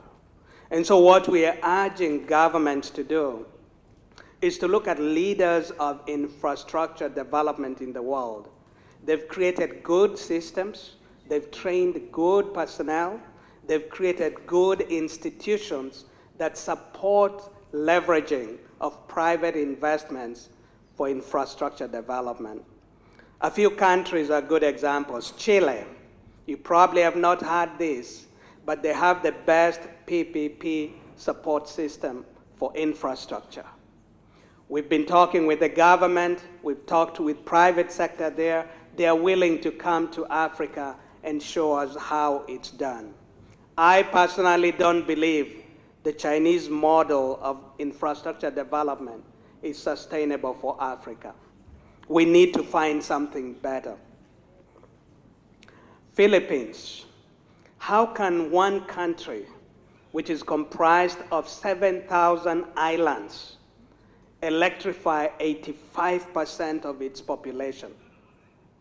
While many countries in Africa, which have contiguous borders, cannot even do 20%, and particularly cannot do good rural electrification. There are so many models out there that we need to learn. Chile has done it in 30 years. Philippines did it in 40 years. I believe in Africa, just as we've seen with the power of ICT, we can be able to leapfrog those technologies and advances so that we can reach their stage and their scale in fewer years. And it is you, the future generation of Africa, that can leapfrog that. So providing more business opportunities, not just in agro, but also in infrastructure development. My organization is working with Dr. Chije and Edson and others at the African Development Bank to bring these lessons to bear, because we can learn a lot from those who have gone before us.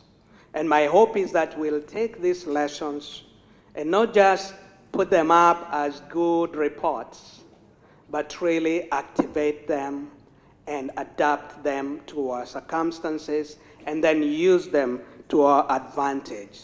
I totally believe that we in Africa, we are at a point now where we can feed the world, we can be competitive. As Chinese competitiveness decreases, because labor prices are going up, I think it is only up to us to lose the opportunity of grabbing those jobs and grabbing those opportunities from China.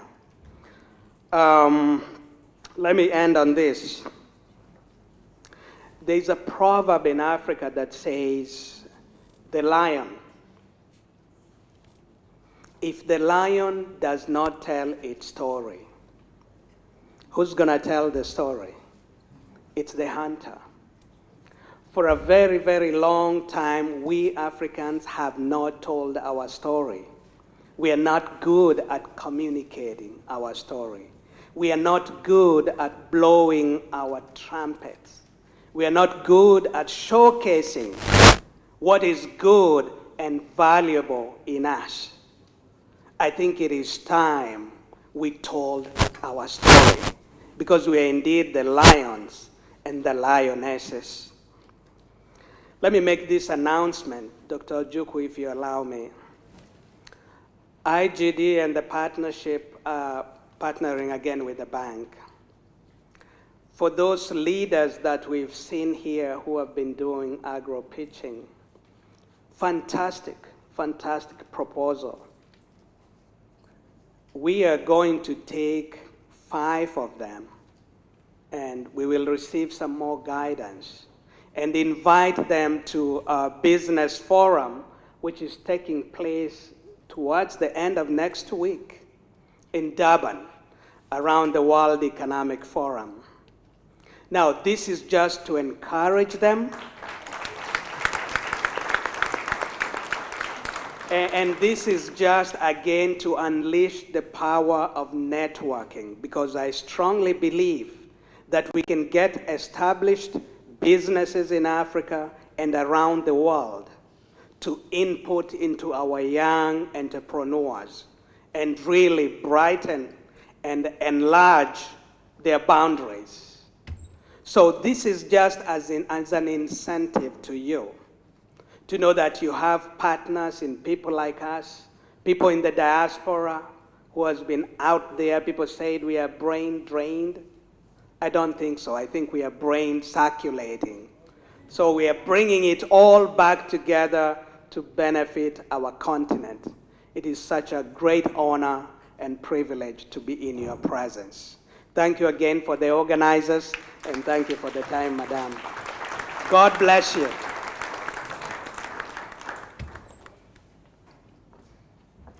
Thank you, Dr. Karange. We can give you more time if you probably increase it to 10 people. And I could go and be moderator there. Fine by me. All right, so we have Dr.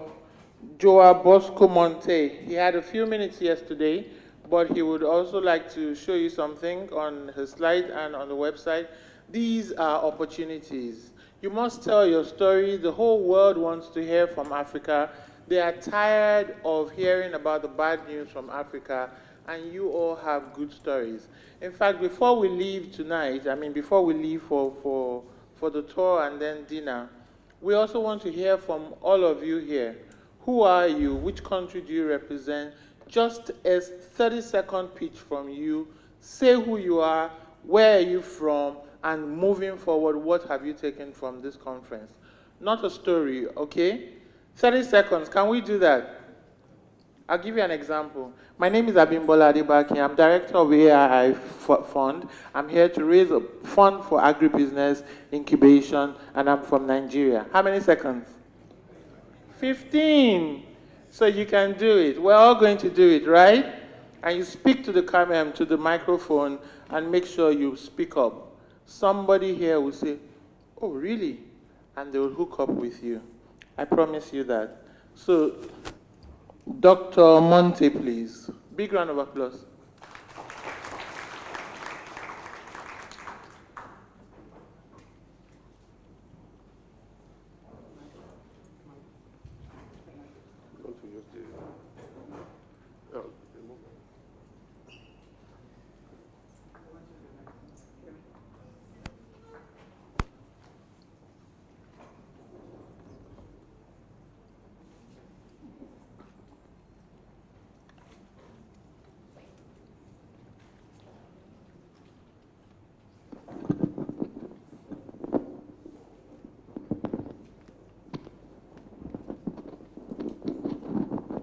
Okay.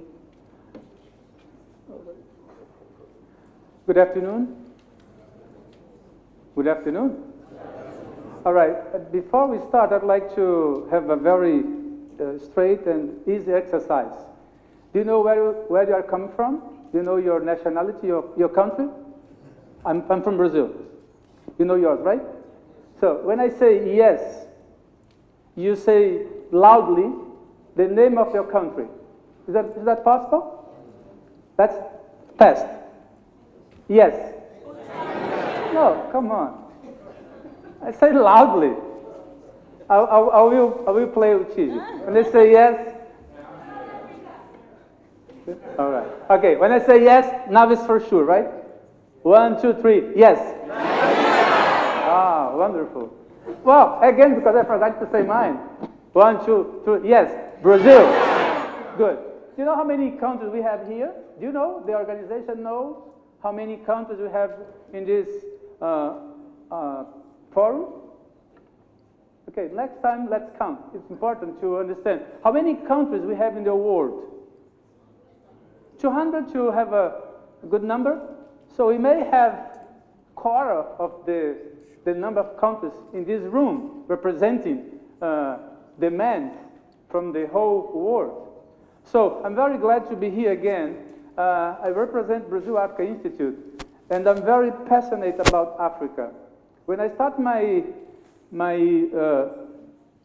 communication with Africa, someone asked me, why don't you go to other places which is more easy to travel, to discuss, to find things? And I said, yes, but easy things doesn't go very far. Do you like easy things?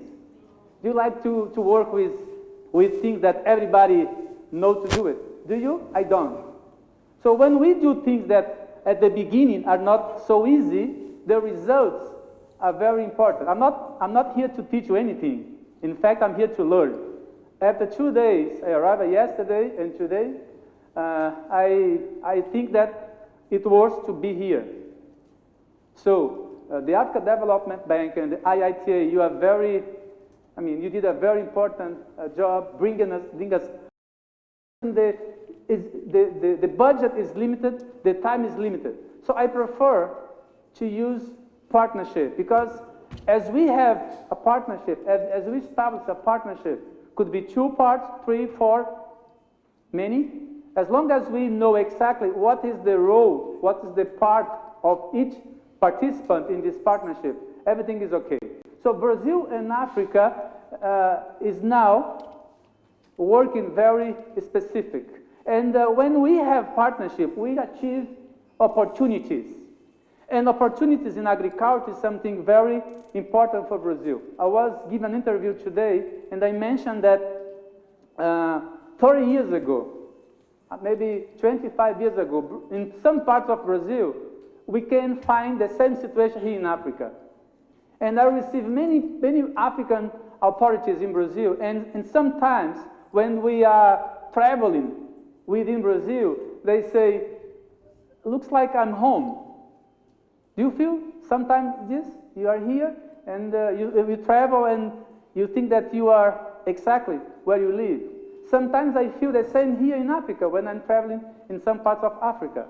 So agriculture is something very important. And the production, I think, is the most important part of this equation. If your productivity is not good, is not enough efficient, doesn't go very far. I'm not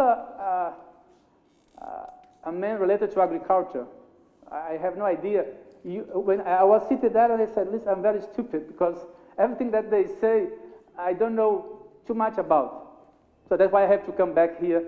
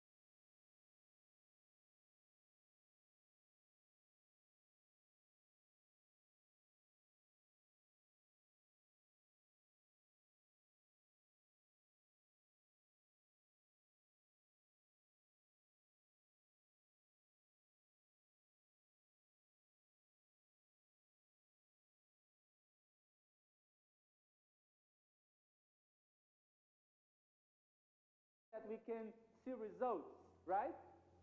We have fish, we have rice, we have beans, we have cassava, and some parts of Africa are now dealing with Brazilian entities, Brazilian government entities, for example, Embrapa and some universities. I've been receiving many requests from African government, from African entities, NGOs, to more and more establish cooperation between those countries and Brazilian states, Brazilian universities, Brazilian companies as well.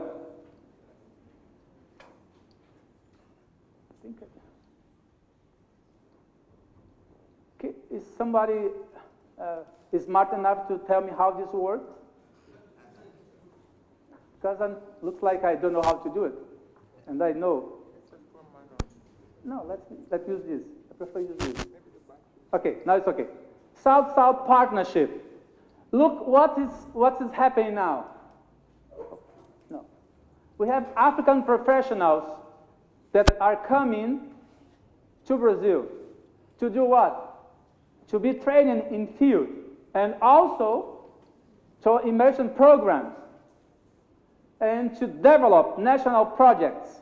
This is for government specifically, but this could be also for companies. If you want to have this presentation, we can have it, right? You just pay $100 and I can give it to you. On the other way, we have Brazilian professionals to come over here to Africa. Why this is necessary to happen and why it's happening already? Because as I said yesterday, I may say this yesterday, most of the time people say that Africa should learn from Brazil. Yes, you can learn from Brazil, but also we can learn from Africa. That's why Brazilian professionals can come to Africa for training, to be trained here, and also to support implementation of programs. Is that okay? Your silence means that you agree or do not agree. Don't tell now. Let's wait until the end of the presentation. So what we do, our contribution, Brazil Africa Institute, that is what counts now. That's what counts now. We have visits, missions, people that are going to Brazil to see what we do. I just put 2 pictures here because of the time. I have just 2 hours to speak with you. Yesterday, when we have the press conference, I mentioned this, and I put this now again. This is a visit that we took to one farm in Brazil. That's the biggest sweet melon producer in the world. Do you know how many melons, sweet melons, this farm produces per day? Give me a good number. Don't be shy, please. Give me a good number, please. Good number. 80 million. Oh, you are never shy, right? You are not shy. Give me a good number. 300 million. No, this is per day. 1 million. No, I'll finish the story. They produce 1 million melons per day. Is that a good number? Yes or no? This is what? Great number. This is located in the northeast of Brazil, semi-arid. Just like Mozambique, like Angola, like Nigeria, place just like this. When I took the African ambassadors to the SADC region to see this farm, the message was, if we can produce here in Brazil, is it possible to produce in Africa? Yes or no? Your yes is not convincing. So yes or no? Yes. Of course yes. Of course. We need to have technology, we need to have financing, we need to have many things. But yes, it's possible. So we do missions. We take people to Brazil to see what we do. At the end of the day, I'm not able to produce myself anywhere here in Africa. But what we do, we put people together to start to negotiate, to talk.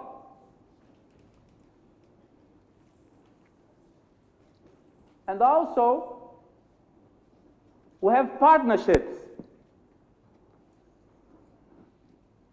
You know, Africa Development Bank, FAO, IFAD, we have Embrapa, ABC, which is the Brazilian Agency for Cooperation. We have a Center for Excellence Against Hunger. We have ABAG, which is Association for Agri-business. We have CPLP, which is the community for the Portuguese-speaking countries. And we have this one. Do you know IITA? Yeah. Well, this is a very important moment. Today, we had a very good discussion. Am I allowed to say? Good. So we are signing now, today, an agreement between Brazil Africa Institute and IITA. For me, please. And this gentleman, helped by Chiji and Sanginga, we had Ken as a witness, right? We had this conversation, and when we start to discuss, the agreement was very easy. Because that's what counts, right? At the end of the day, we want to do things, we want to achieve things. So, congratulations, Sanginga, for your decision. And also have events. Every year we have the Brazil Africa Forum. Last year we had a very big participation from the Africa Development Bank. Chiji was there as a speaker, giving ideas about agriculture. We have some other directors from from the bank, President Abidjan, he was supposed to come, but at last minute he could not, and he sent a video greeting to the audience. It was very good. So this year, and now we have another edition, which is the 5th Brazil-Africa Forum. I highly recommend you to come to this website. Okay. You are trying to do it, right? Okay, he's doing his part. We planned this before. So the 5th Brazil-Africa Forum is a platform. That's the website. How can you go to the English version? No, it's not like this. So you can go, it's BrazilAfricaForum.com. So you go there, Brazil with Z. You go there and you see the platform. This year event will be innovation technology. And the idea is to bring African, Brazilian, and people from other parts of the world to discuss innovation technology in many areas, including agriculture. Last year we discussed specifically agriculture. The year before we had energy. The other edition was infrastructure. But now, this year, in November 23 and 24, will be innovation technology. And I will give you a present for all of you. If you go to the website, for you to register, you have to pay. I don't know how much it is. So for everybody in this room, if you want to go to attend, you don't have to pay the fee to participate. The only thing you have to do, you just send me an email saying, I was in the event in Ibadan, and as you said, I'd like to participate. And I will forward to somebody to give you the participation for free. So you are clapping. I'm not going to pay a ticket. So you can, okay, that's the website. Let's come back to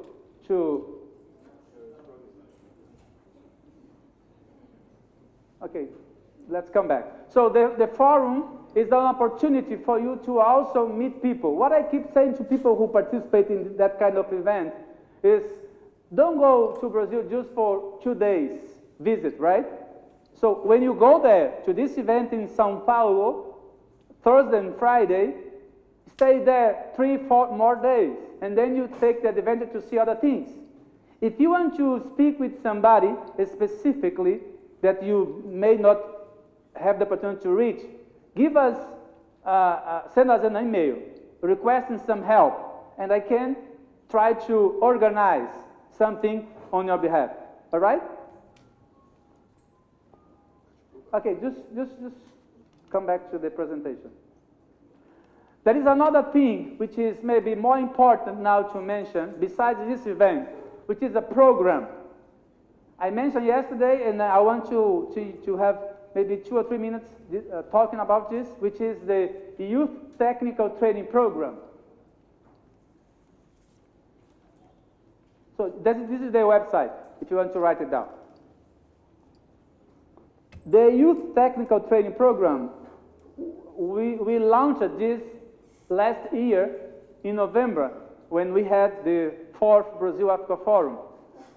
The aim of this program is to train in Brazil young people in many areas: education, health, agriculture, infrastructure. But as we cannot start with everything at the same time, we decided to pick one specific field, one specific area, which is agriculture. So next year, we will have the first edition. No, this year. Thank you. Why I'm saying next year?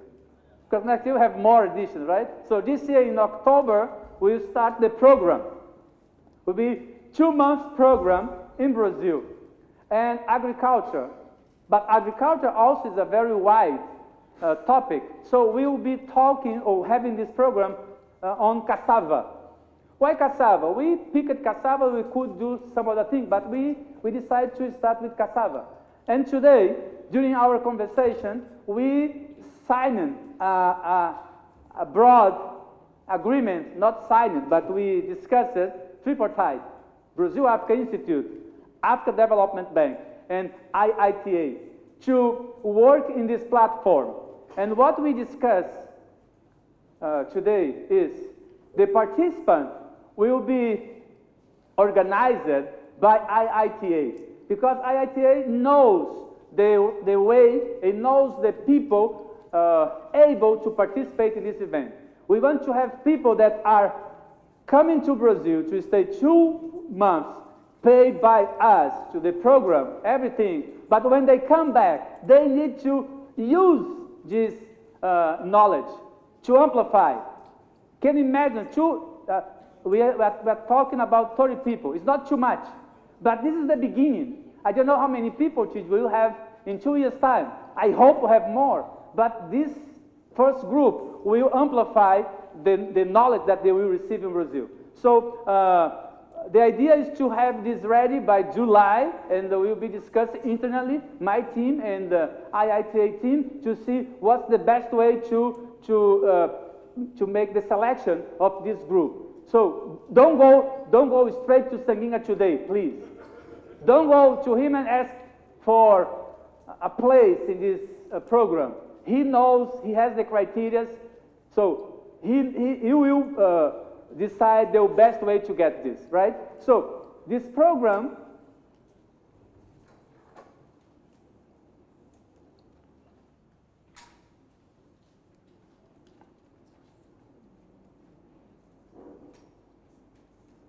that's the,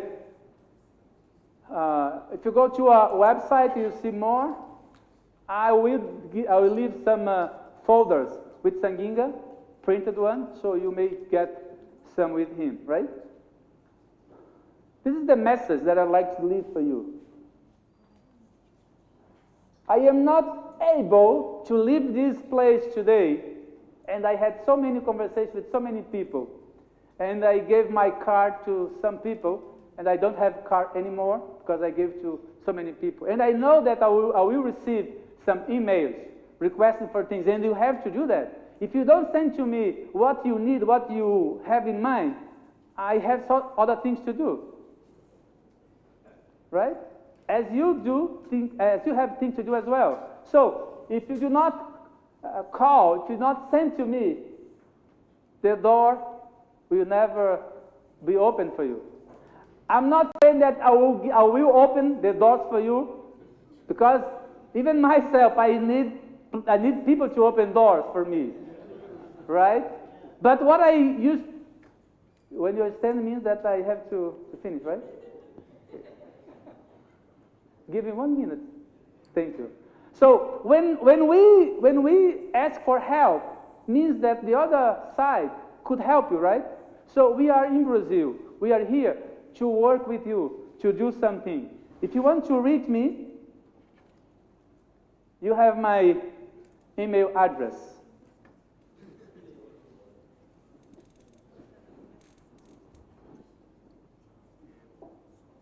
When we reach the mountain, we realize that we have another mountain to reach, right? I feel this every time when I see that kind of thing. So don't be shy.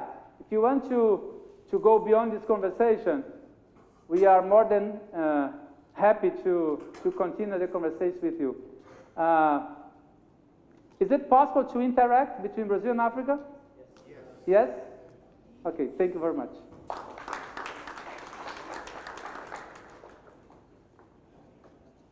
Thank you very much, Dr. Bosco.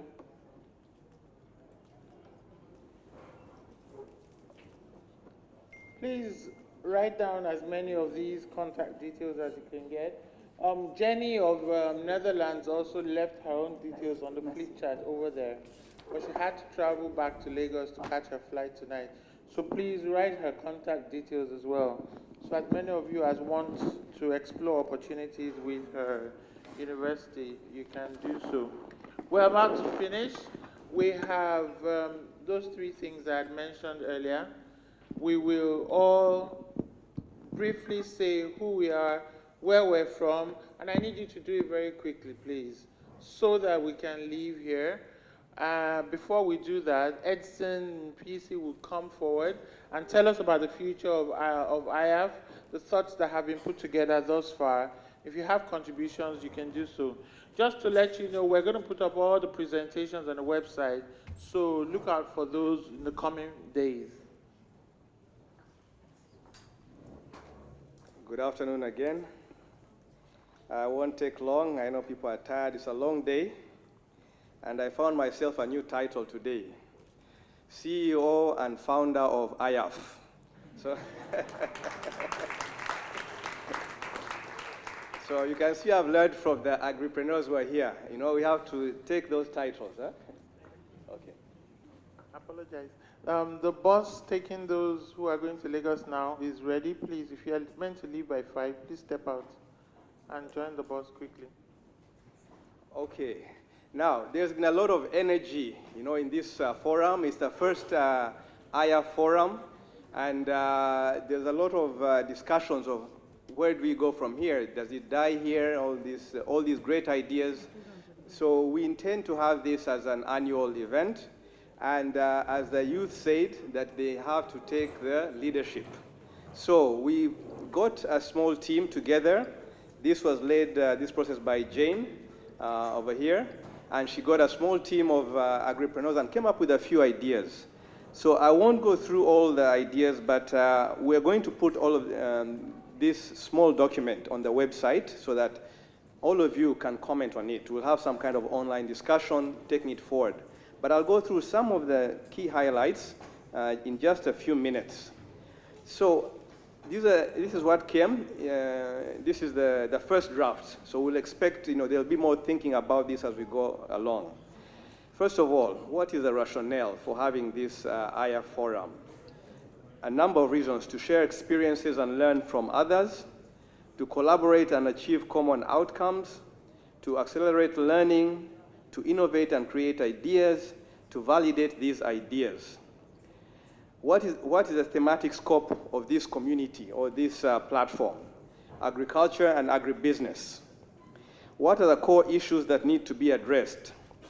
Understanding innovation and creativity in an African context, frame agriculture as a business, access to finance, technology transfer, lack of information and knowledge, strategic partnerships, address policies related to access to land, finance, gender equity, inclusivity of youth in critical issues on innovation, enablers. Objectives of this forum or this community: showcase success and business potential of agribusiness across Africa for job and wealth creation, connect agripreneurs to business and development organizations, foster partnerships for harnessing knowledge in agribusiness, encourage innovative and creative thinking, approaches, and methods. Proposed activities: create and manage a virtual platform, showcase success stories that are related to the African youth in agribusiness. This could be a virtual platform, TEDx agribusiness, etc. Facilitate online discussion. They have a thematic scope. Share knowledge resources. Organize the annual IAF face-to-face events, such as this one. Engage decision makers and policy makers on policies related to agribusiness and youth. Organize learning events, virtual and physical. Facilitate on-the-job learning and development opportunities through coaching, mentoring opportunities. We saw a lot of coaches who are here today. We need to engage them and get many more to link up. I learned a new term. We need to rub minds. That's a new one. So we need to rub minds of the coaches and the agripreneurs. Develop mechanisms for peer-to-peer support to promote agribusinesses across Africa. Last night, the gentleman from Rwanda was talking to Ahad Katera. They said, hey, why don't you come and do this waste fertilizer, fertilizer from waste in Kigali? So there's already peer-to-peer, you know, connection from this conference. So in another month, they'll be discussing that. So that in itself is a big, you know, success for this forum. Organize awareness seminars such as caravans to showcase agribusiness success stories across Africa. And then general outputs of this community: discussions, events, communication and knowledge products, trainings. Resources, I guess, to put this in place: enable youth. I'm looking at my director here. He needs to give confirmation of that. We'll target trust funds and additional funding through other foundations such as Tony Elumelu, MasterCard Foundation, Bill and Melinda Gates, Acumen, Nestle, etc. And then membership, who can make contribution to this community, mentors and incubators, managers for training, investors in agriculture, national governments, agribusiness development organizations, universities and other learning institutions, teaching agribusiness, development partners. Institutional setup, who would sponsor this community? Facilitator, the African Development Bank and Enable Youth, and other key core group facilitators such as CTA, IITA, AAIN, YPAD, AGRA, and those others who are here in this initial setup. Organizational setup, AfDB to initially provide secretariat to establish the community and create a virtual platform until other partners are ready to take on the responsibility. Mode of communication, WhatsApp, email group, meetings, physical and virtual. So there's a rich source of information that is contained here. We'll get a virtual platform to continue this discussion and be able to select a few members who are agripreneurs. Earlier it was clearly stated that they should take the lead on this. So the youth, many of you who are here, would start the ball rolling, and then we can plan ahead in good time for next year's IAF. So thank you very much, and please provide input. We'll have all your email addresses, and we'll get the discussion going online. Thank you again.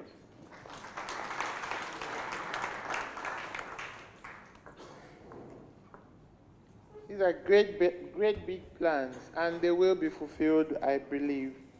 So in closing, we would like to call, okay, we will not close right away. The room is smaller, but please, that quick show of who you are and where you're from, it will happen very quickly. And those of you that are not near microphones, can we have microphones go around, please? So just pass it right back to the next person, to the next person, to the next. So we'll start with all of us seated around here. So starting with you. Your name, your country, what you've gained or who you are, what you do, all in 15 seconds, maximum 30 seconds. Hello, my name is Tendai Tambudze, and I am from Zimbabwe. I am into processing mostly cattle hides to make leather, and I think I've just gained a lot of excitement and inspiration about the possibilities that we all have in the agri sector. Thank you. My name is Nobuko Sindlovu. I'm from Zimbabwe. My company is called NutriFoods. We manufacture peanut butter and other peanut products. What I've gained from this environment is an agro-processing platform, which I intend to quickly start as soon as I get home. I want to put all the youth farmers together, and we start working together. Great collaboration. Good afternoon, ladies and gentlemen. My name is Yokerai Kaniki. I'm from Tanzania, youth agripreneur. I'm very happy to be here. I have learned a lot of things. For example, value chain in banana and the other business skills, things which I hope when I go back, I'll share with my fellow for the development of the group. Great, thank you.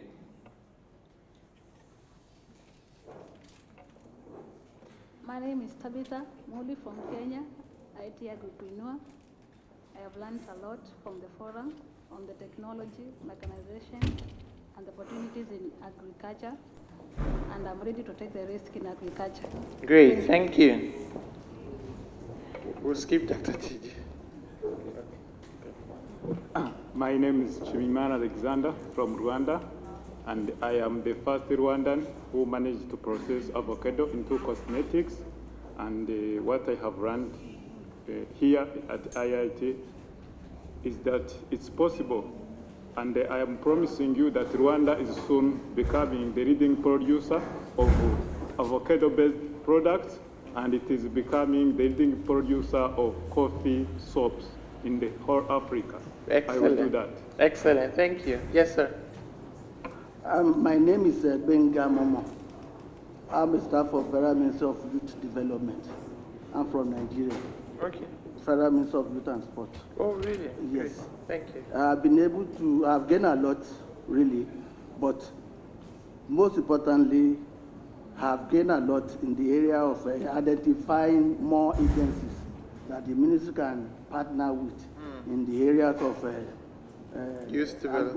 agro-business and entrepreneurship. Thank you very much.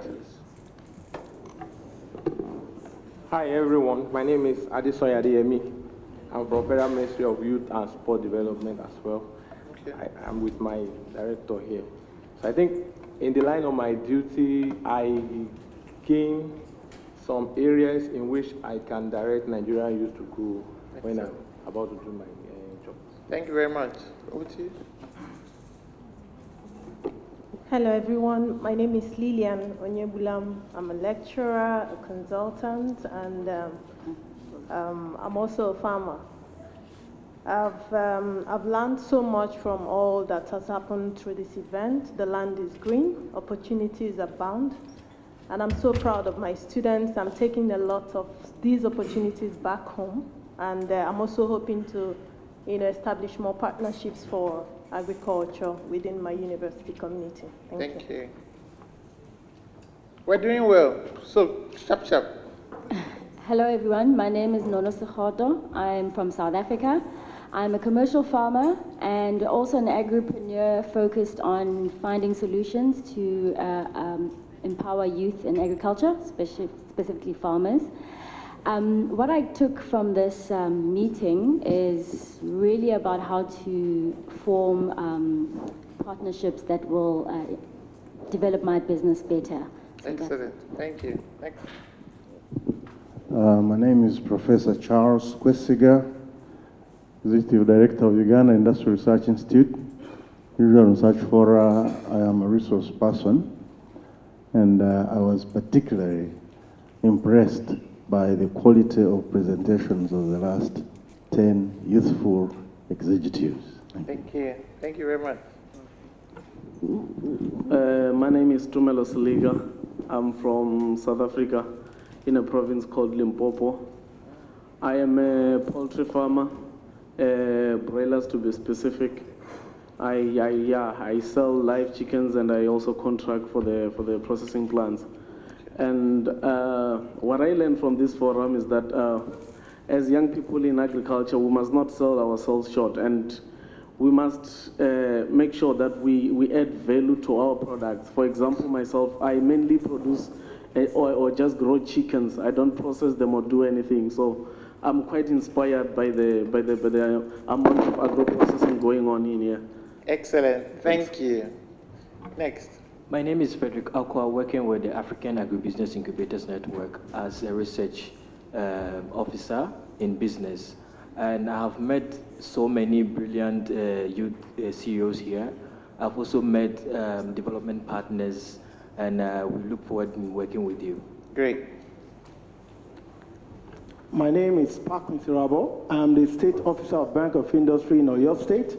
What we do in Bank of Industry is to announce to people, agripreneurs here, that if finance is your problem, you can count on me. Just look at me. You don't have problem with finance in Oyo State. And what I personally gained from the forum is that you need a community of stakeholders to succeed in agriculture. And you cannot spell the word community without unity. You can't have opportunity without unity. And you won't have immunity without unity. Excellent. Thank you. Thank you. Hello, ladies and gentlemen. My name is Henry Mibei. I come from Kenya. I work for CAPI, that's Center for Agriculture Bioscience International, as the Operations Manager Mobile. I promote the use of ICT tools. ICT tools, everyone here has a mobile phone. And if we use ICT tools in agriculture, we're able to change that impact. Thank you. Thank you. Next. Hello everyone, I'm called William Luinda. I'm from Uganda. I'm an ag-tech entrepreneur. We use data to provide efficient service delivery to farmers straight away from inputs, talk about extension to markets, but being data-driven. What I've taken away from this workshop is about basically balancing enthusiasm of young people with the knowledge. That we need to change our mindset actually to look for knowledge in addition to our enthusiasm, which we do have. Excellent. Thank you. Thank you very much. I'm Jean-Claude Ndayambaje from Rwanda. I'm the program manager in charge of empowering and transitioning youth to employment opportunities in Rwanda. Rwanda is a Canadian organization that supports youth to employment and business opportunities. Okay. What I liked the most was the energy and the status of youth toward agripreneurship and how they position themselves to change our continent. Thank you. Thank you. Lady.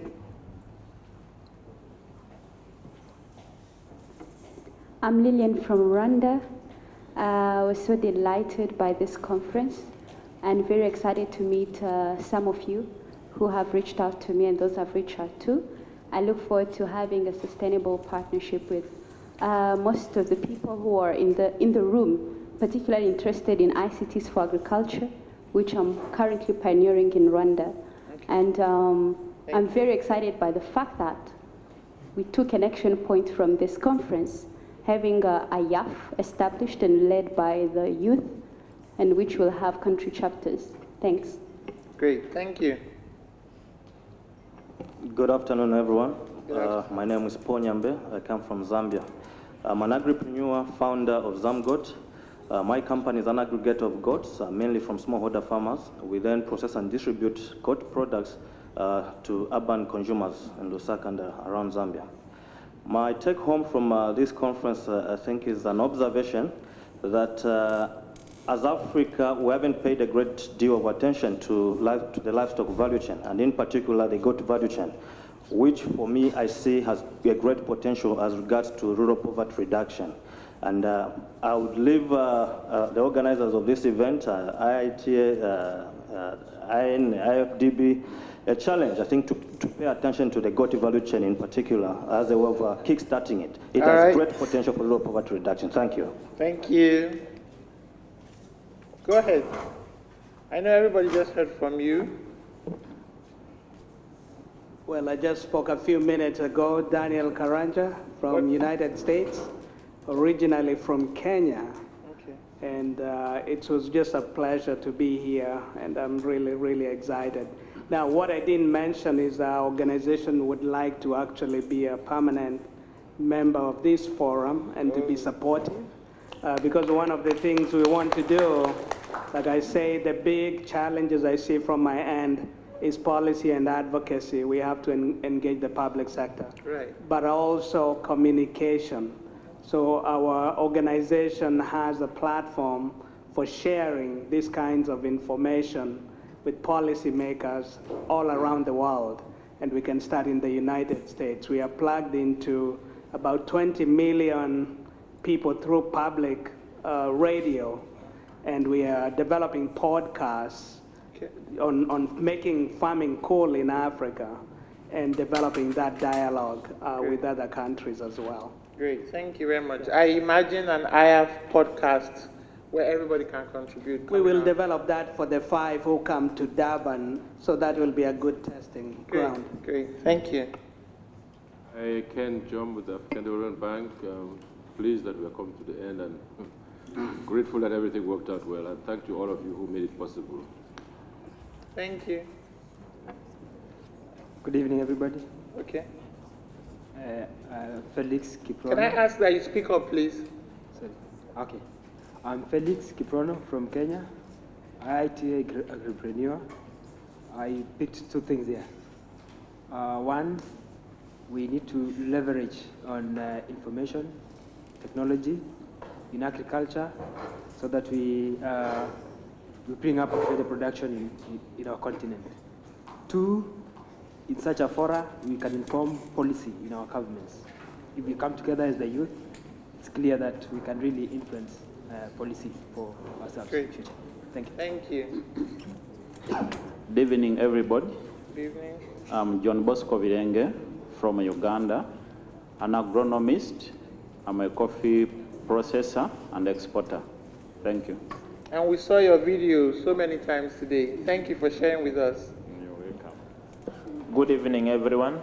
My name is James McKinney. I'm from Kenya. I'm the CEO and the founder One Hen Campaign Project, an initiative whereby we mobilize youths and women, then we give each one local improved chicken. They raise it at the end of the year. They return 2 hens, which we then on lend to others. We are looking forward to having a one-stop shop for a chicken farmer, and we currently process chicken feeds that we also sell to farmers. Thank you. Thank you. Don't forget, if you learned something, please share it with us. Go ahead. Good evening. My name is Abraham from Ethiopia. I run a center that provides mechanization service and farm input to smallholder farmers, coupled with a credit service. The take back from this is all the problems mentioned here are similar from different countries, found in every country. So we can replicate solutions. So I found many solutions that I can take back home, and also my model can be also replicated in other countries. Excellent. Thank you. Thank you. Good evening, ladies and gentlemen. Good evening. My name is Ayo Oyedotun from Nigeria. I'm a veterinarian and an ICT entrepreneur. I work at AfriMash. We use the internet to promote good products, quality input for poultry and fish farmers, so that farmers can easily find them online and increase their yield. Mainly from this conference, I'm quite very impressed, and I like the attention on agriculture. I think it is a lot for us, and is a guarantee of a better future for us. Excellent. Thank you. Good evening, ladies and gentlemen. I'm Kasato Samuel by name, from Uganda. My other name is Mr. Briquette. So I deal in charcoal briquettes, which are 100% decomposable. They are made from decomposable material, which I think will be the way to go, since we are, in our country, we have at least 10,000 hectares are being destroyed annually for firewood and charcoal. So I came in to solve that problem. Thank you. Thank you very much. Good evening, everybody. My name is Donald Onyoni. I'm from Kenya. I'm representing one of the Partners Award, specifically a new project called Gender and Agribusiness Investments for Africa, that's funded by AfDB, that I lead. I was happy to come here with 5 of our pilot cohort entrepreneurs. 2 of them made it to the pitch, which I'm very pleased to see. I learned quite a lot more from the insights from the people here and created greater networks. What I can give is learnings from our 3 boot camps that we've had all across Africa. We have a nice database of agribusiness entrepreneurs on the continent that we can share with IAF, we can share with Enable Youth and the bank. Great. Thank you. Thank you very much. And CTA would love that database as well. All right, next person.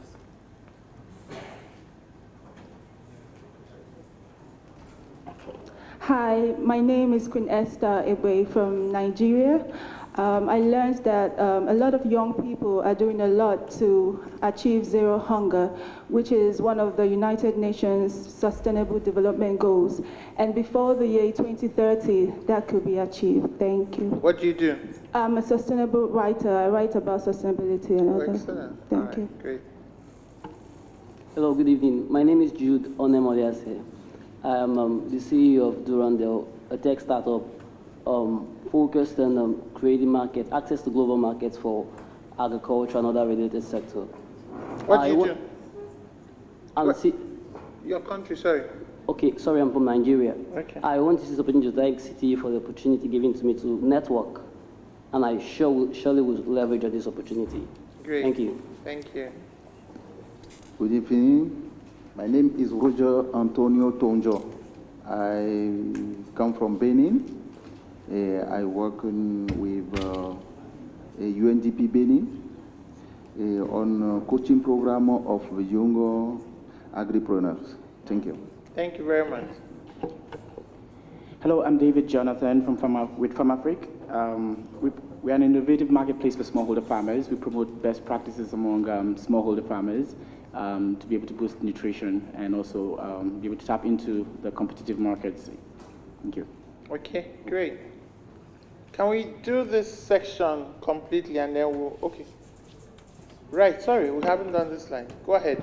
Okay, hello everybody. I'm Anwar Ouedraogo. I'm from Burkina Faso and working as a consultant in the African Development Bank. The Enable Youth program presented by my colleague Edson is part of an overall Jobs for Youth in Africa strategy, and I'm a member of the team in charge of the implementation of this strategy. Great. Hello, my name is Rose Funja from Tanzania, and my company name is called AgriInfo. We're in the agrotech. I see some of the members over there, ICT within agriculture.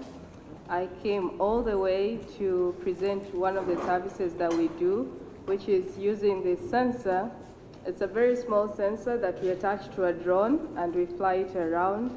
And then we use analytics around it to be able to tell you how much of nitrogen fertilization you should do within your farm. So it's no longer a one size fits all. It's just specifically where in your farm you should put how much for maximum optimization of the yield. Wow, drone technology, thank you. Hi, my name is Gael Murata from Grosswills. I'm from Rwanda, and all the people I met and everything I've seen is just the opportunities that and the value that we can add to the value chain. And it's very exciting to bring all the technology and all the know-how that we have into any of the idea that we've seen in the past 2 days. Thank you. Okay, great, thank you. I'm Ometero Moluabi Davis. I'm with the African Development Bank, Nigeria. And I just want to say thanks to all the participants for the learning opportunity. It's been wonderful. Great, great, thank you. My name is Oni Wahid. I'm an agripreneur and capacity development specialist, and also I'm a positive youth development educator. Okay. In other words, I'm also a co-founder of Agricultural Skill and Advancement Center. We just started anyway. Then I've learned various ways whereby youth can be productively engaged and also profitably engaged in agribusiness across Africa. Thank you. You're from Nigeria. Hi, good evening, everyone. I'm called Valerie Kolong. I'm from Cameroon. I manage Tech Hub in Cameroon, and I'm also an ICT agripreneur. I'm really impressed to see that IITA and the African Development Bank are really pushing youth into agriculture. This has motivated me to take back this initiative to my country, where I'm going to incite the youths into innovating into the agricultural space as well. Thank you. Great, thank you. Go ahead. Good afternoon. My name is Atem Ernest Lefu, the CEO of AgroHub. My lessons here have been enormous. It is interesting to know that programs like Enable Youth Africa is doing a lot in countries. I wish that idea could go to many other countries to transform youth. Thank you. Thank you.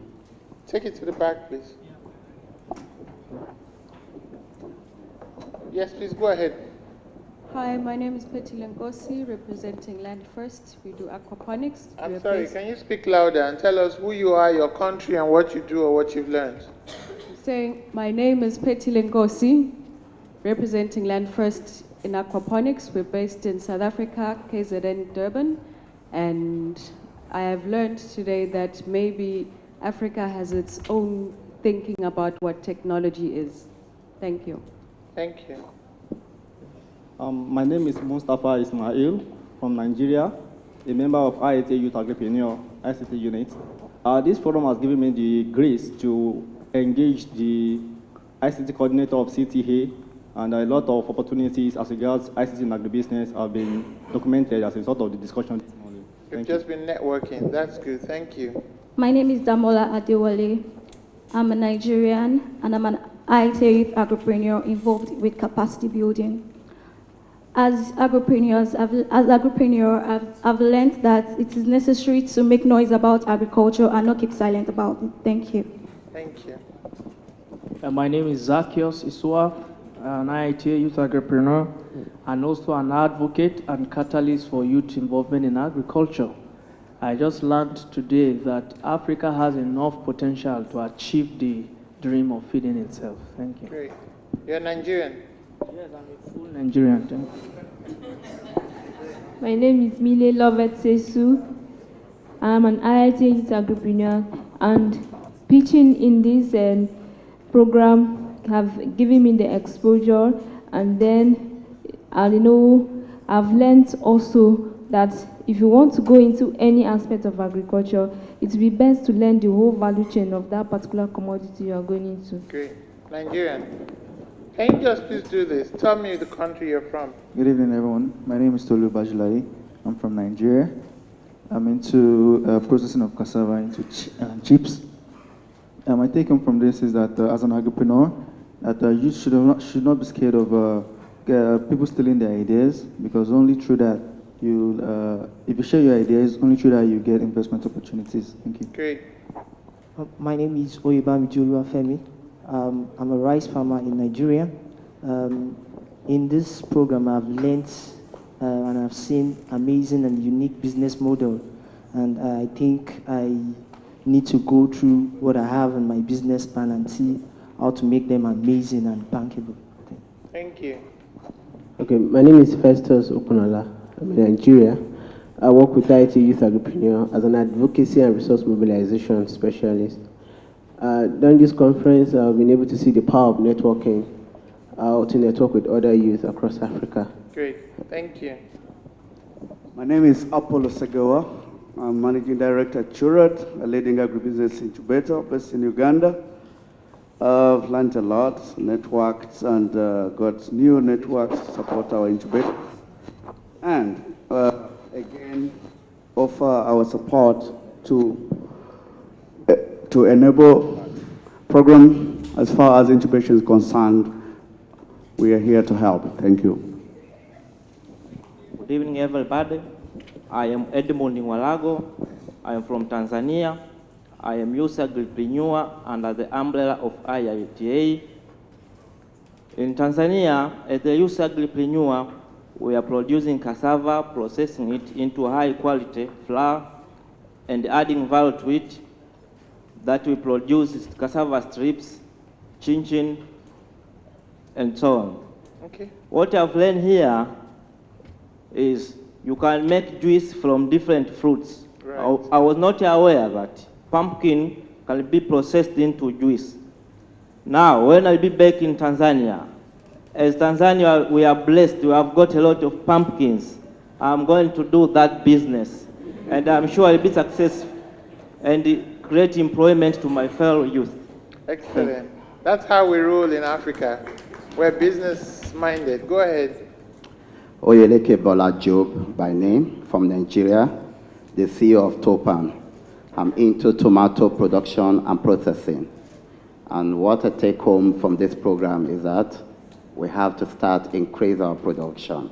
Our productivity must not just stick in one place, but we have to expand it to other sites so that we can get more production to feed our country, Africa, and also extend it to the other world too. Thank you very much. Thank you very much. My name is Adedayo Gawati. I'm the MD CEO of Farms. I've been in production from about 12 years of age, and I'm an animal producer. I am also a consultant in animal production. I've been in poultry, specifically. We do processing, and we have birds in production. Okay. Thank you. Please pass that. Oui, salut tout le monde. Je suis Thierry Palata de la RDC, jeune entrepreneur de l'IITA. Ce que j'ai aimé le plus dans ce forum, c'est que l'engagement et l'énergie des jeunes qui ont présenté leurs projets ici. Ce que nous faisons là-bas, c'est la commercialisation de la farine de manioc. Donc, nous sommes très impliqués dans la production et la commercialisation de la farine de manioc. Merci. Moi, je réponds au nom de Hervé Bondonga. Just a second, please. I understand there's still some people who should be in the bus that is meant to leave at 5. Is there anybody here who should be in the bus? Nobody. Thank you. Go ahead. Ok. Moi, je réponds au nom de Hervé Bondonga. Je suis agripreneur à IITA et champion en sécurité alimentaire pour le compte de Africa Lead.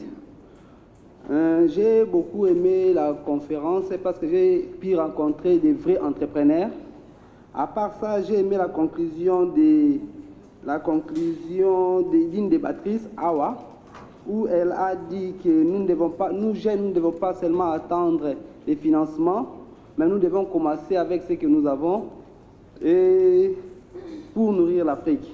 Et j'ai aimé aussi la thèse du docteur Sanginga, là où il a parlé que l'agriculture n'est pas un tremplin pour les jeunes, mais plutôt un secteur d'affaires. Et si l'agriculture est un secteur d'affaires, c'est que l'agriculture est sexy. Merci. Okay, what country are you from?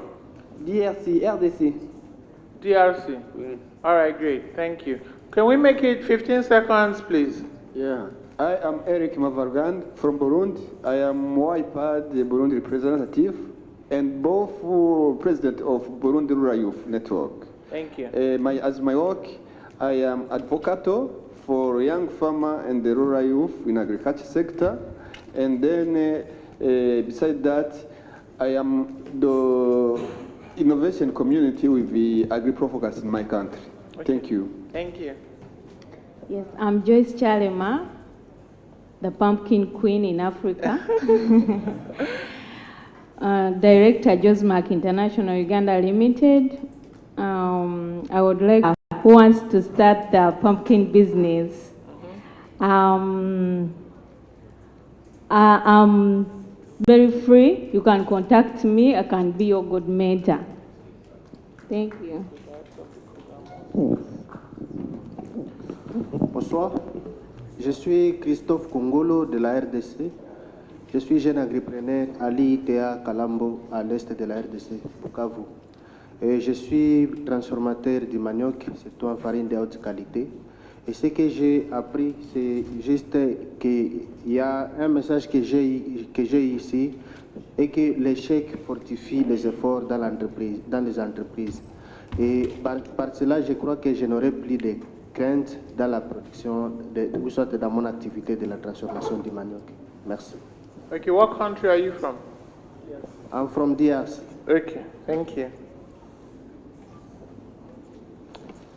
Greetings from the Niger Delta of Nigeria. We can partner with to try to further bring some of our activities in the Delta up to scale. One of the program areas we focus on relates to agriculture and the value chains of aquaculture, cassava, and palm oil. Made some useful contacts that we will build on going from here and see how we can bring these players on course. Great, thank you very much. Yeah, my name is Ohaebulan Faith Basilia. I'm a Nigerian and working with the IITA Youth Agripreneur. I'm a founder of a fish and poultry farmer, and also my take home is I was actually challenged by the presentation, the 72 years or 52 years old man presentation yesterday. I was really challenged that aside the production, you can also go into processing, because I got to realize that we, the farmers, most especially, we invest more on our farming and we get little in return. Why the processors, those ones processing it or doing it in another way, they get more, more income than we, the farmers. So, and another thing I actually, as in learned, is that you can start your business anywhere, anytime, with any amount of money. Thank you. Zero capital. Thank you. Hi, my name is Francis Obiri Crying. I'm the CEO and co-founder of Agro Center. I am from Ghana. What we basically do is to give access to markets to smallholder farmers. We are also a commodity exchange, commodities aggregation platform, which primarily emphasizes on using proximity-based applications which is the trucks and the logistics services for smallholder farmers to be able to get trucks to move commodities from point A to point B in a matter of split second or even days. Thank you. We're very happy to have all of you here. So can we have this, with a bit more speed? Thank you. Hello, my name is Faithful Olajola from Nigeria. I'm into poultry production, and I've learned so many things, and I'm motivated by the things I've learned to start my own innovation and become better. Thank you. Good evening, everyone. My name is Alima Azan. I'm heading the Youth Agripreneur Mechanization Unit of IITA Youth Agripreneur. We render timely and affordable services with our locally fabricated weeding machine, which has 3 times efficiency to manual weeding, and it is affordable. For more information, you can see me. Thank you. You will pay for that advert.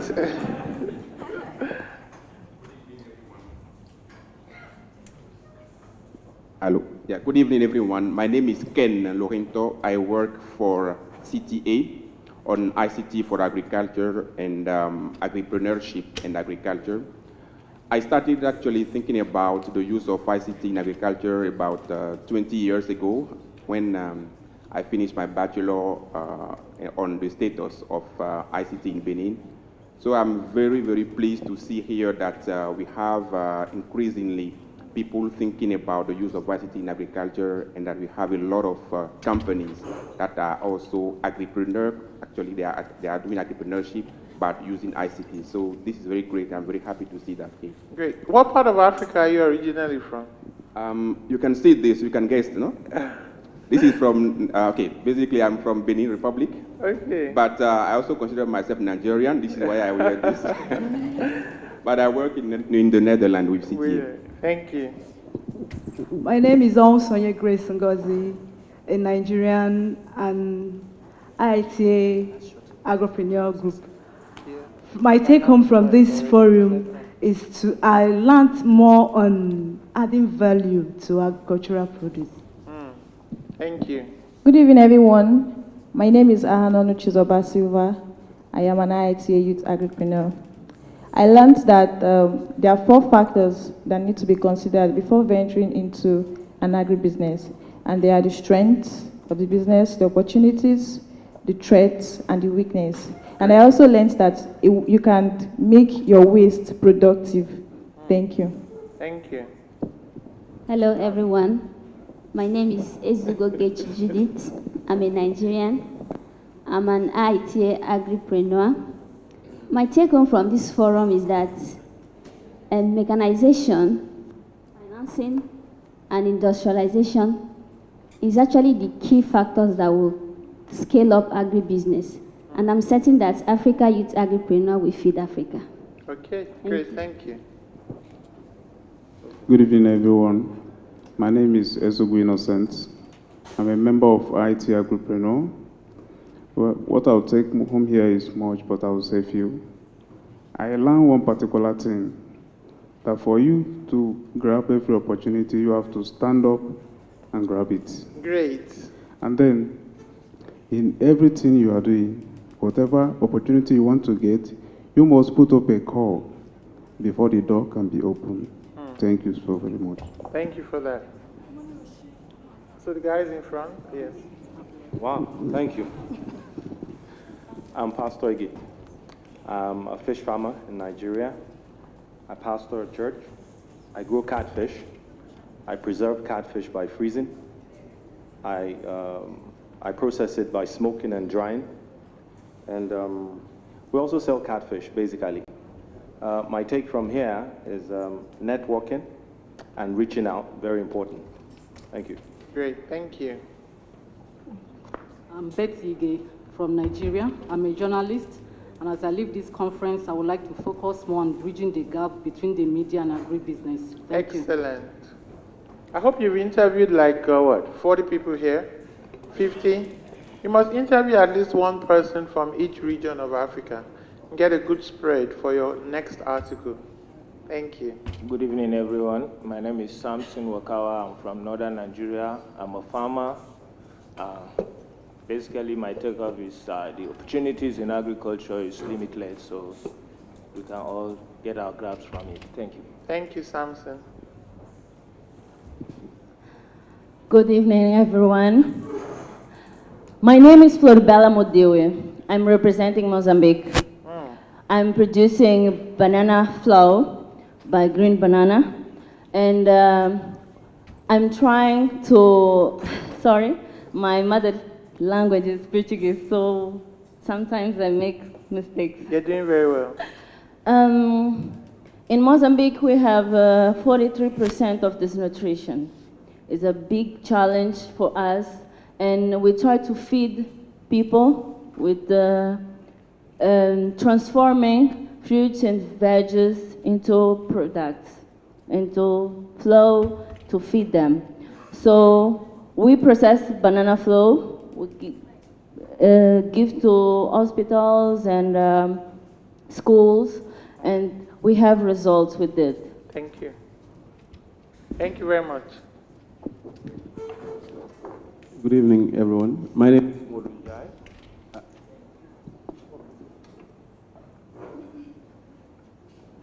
Good evening, everyone. My name is Modun Jai. I'm from the Gambia.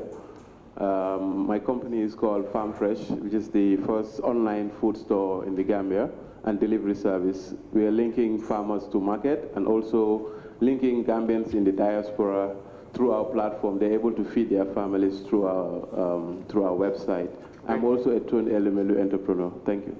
Great, thank you. Good evening, all. My name is Bose Idowu, a youth agripreneur and the CEO of Grace by Business Venture. We are into food processing and value addition to agricultural produce. I'm a Nigerian. Thank you. So what you do or what you learned from this forum? My message, or the message I'm taking home, is hard work, and then to be bold and to be a good entrepreneurship. Great. Wish you all the best. My name is Amatomwa. Sorry? My name is Amatomwa from Zambia, IITA. Basically, I'm a seed grower, soybeans and maize. And my carryover is on a market linkages. Since market was a difficult issue to access, especially in our country.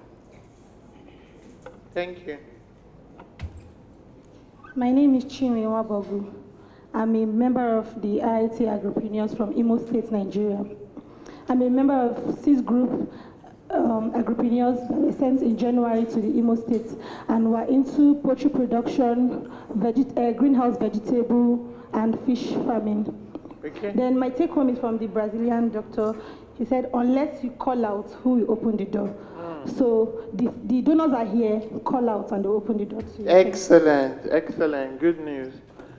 Right, we're almost done. Who hasn't spoken to the microphone? Hello everyone, good evening. My name is Femi Adewumi. I'm from Nigeria. I work with Innovation Hub.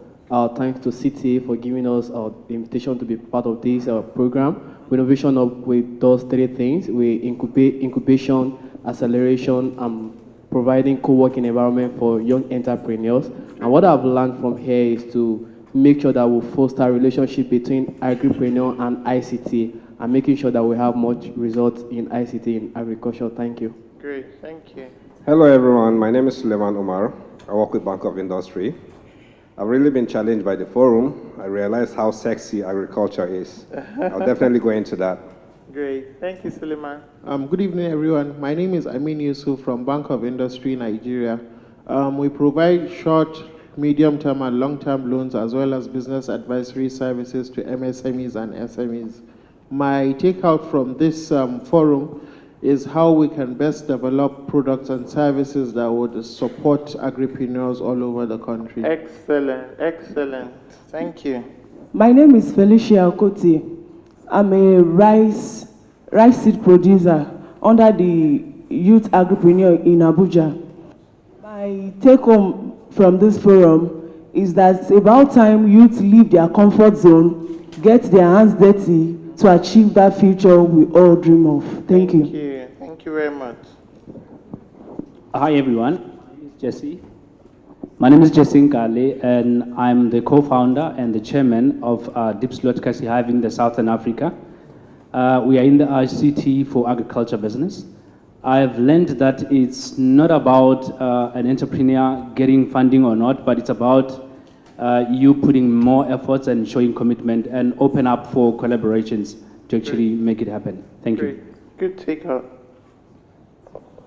Hello, my name is Winnie Bekwaso. I'm from Uganda. I run a project that commercializes innovations from universities and research institutions using sustainable materials, and it majorly focuses on supporting youth and women, and we are currently adding value to banana stems. Okay, thank you. Thank you very much.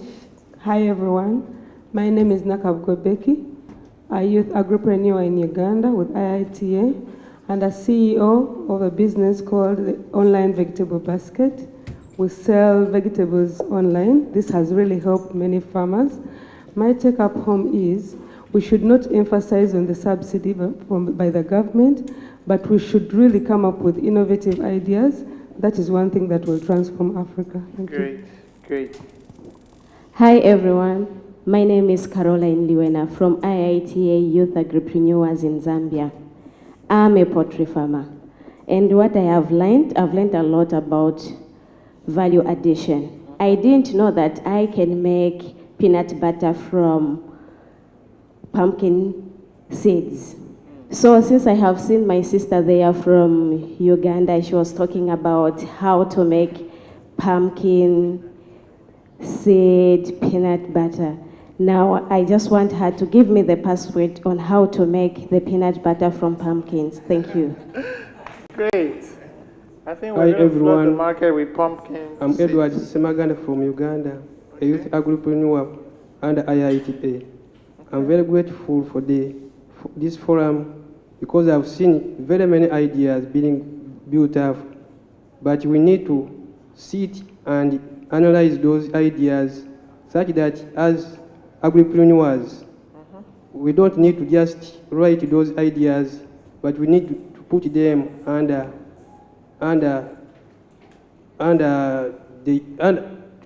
use. Instead of leaving them in theory, we need to put them under practical. Because many youth come up with ideas, but they don't utilize them. Correct. Thank you very much. Thank you. I think that's the last, and that's probably the best that we've heard. You have to use what you have learned. You all have taken away such strong nuggets, but really, if it stays with you and you don't utilize it, what is it going to remain? Just a strong nugget.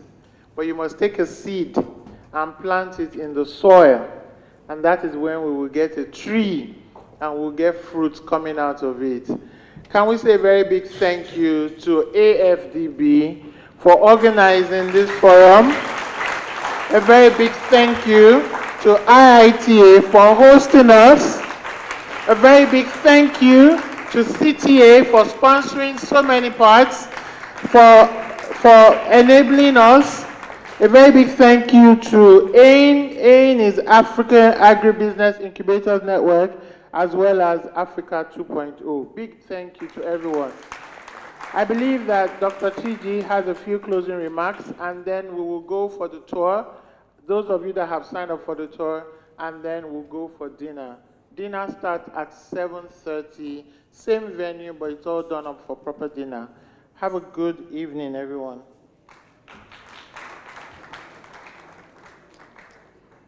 Thank you, Bimbola, for this great show which you've put together. I didn't know you are this wonderful. You should go into media. I was happy listening to the introductions and takeaways. It was good we didn't miss that, because a number of people here are very talented have many activities that are running, but they were not able to say something. So this gave us opportunity to capture what most people are doing. Probably, Abimbola, what we need to do is to send a form online so that everybody can put what they've done with their photograph, so that we can have a compendium of who attended and get more information about yourself. The same way they do the Africa CEO Forum, and you have it in a compendium. Everybody will see who attended, from where, and what we are doing, and your takeaway from this occasion. Yeah. When we started, we told you that this is your forum. I think it has grown into that.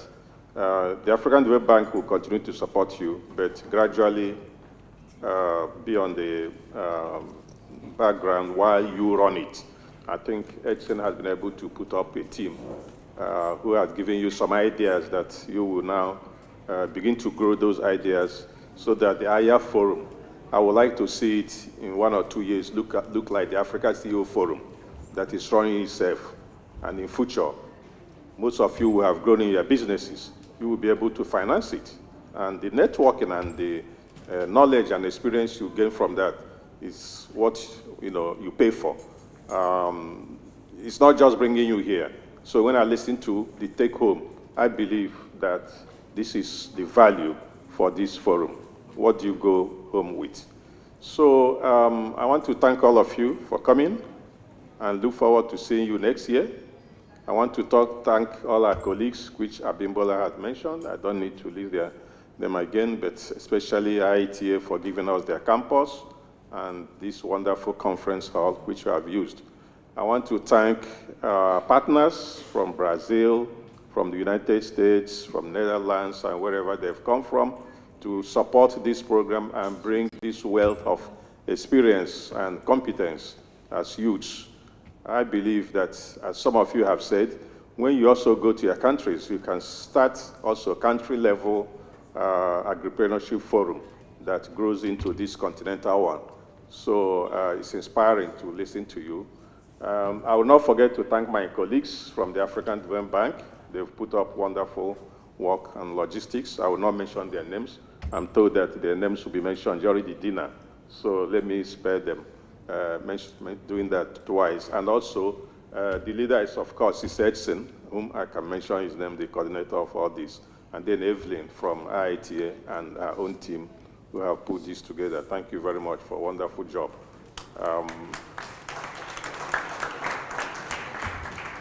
So I don't want to stand between you and those of you who want to have a tour of the campus before the dinner. So again, thank you, and look forward to seeing you next year, and look forward to seeing you at the dinner. Thank you very much.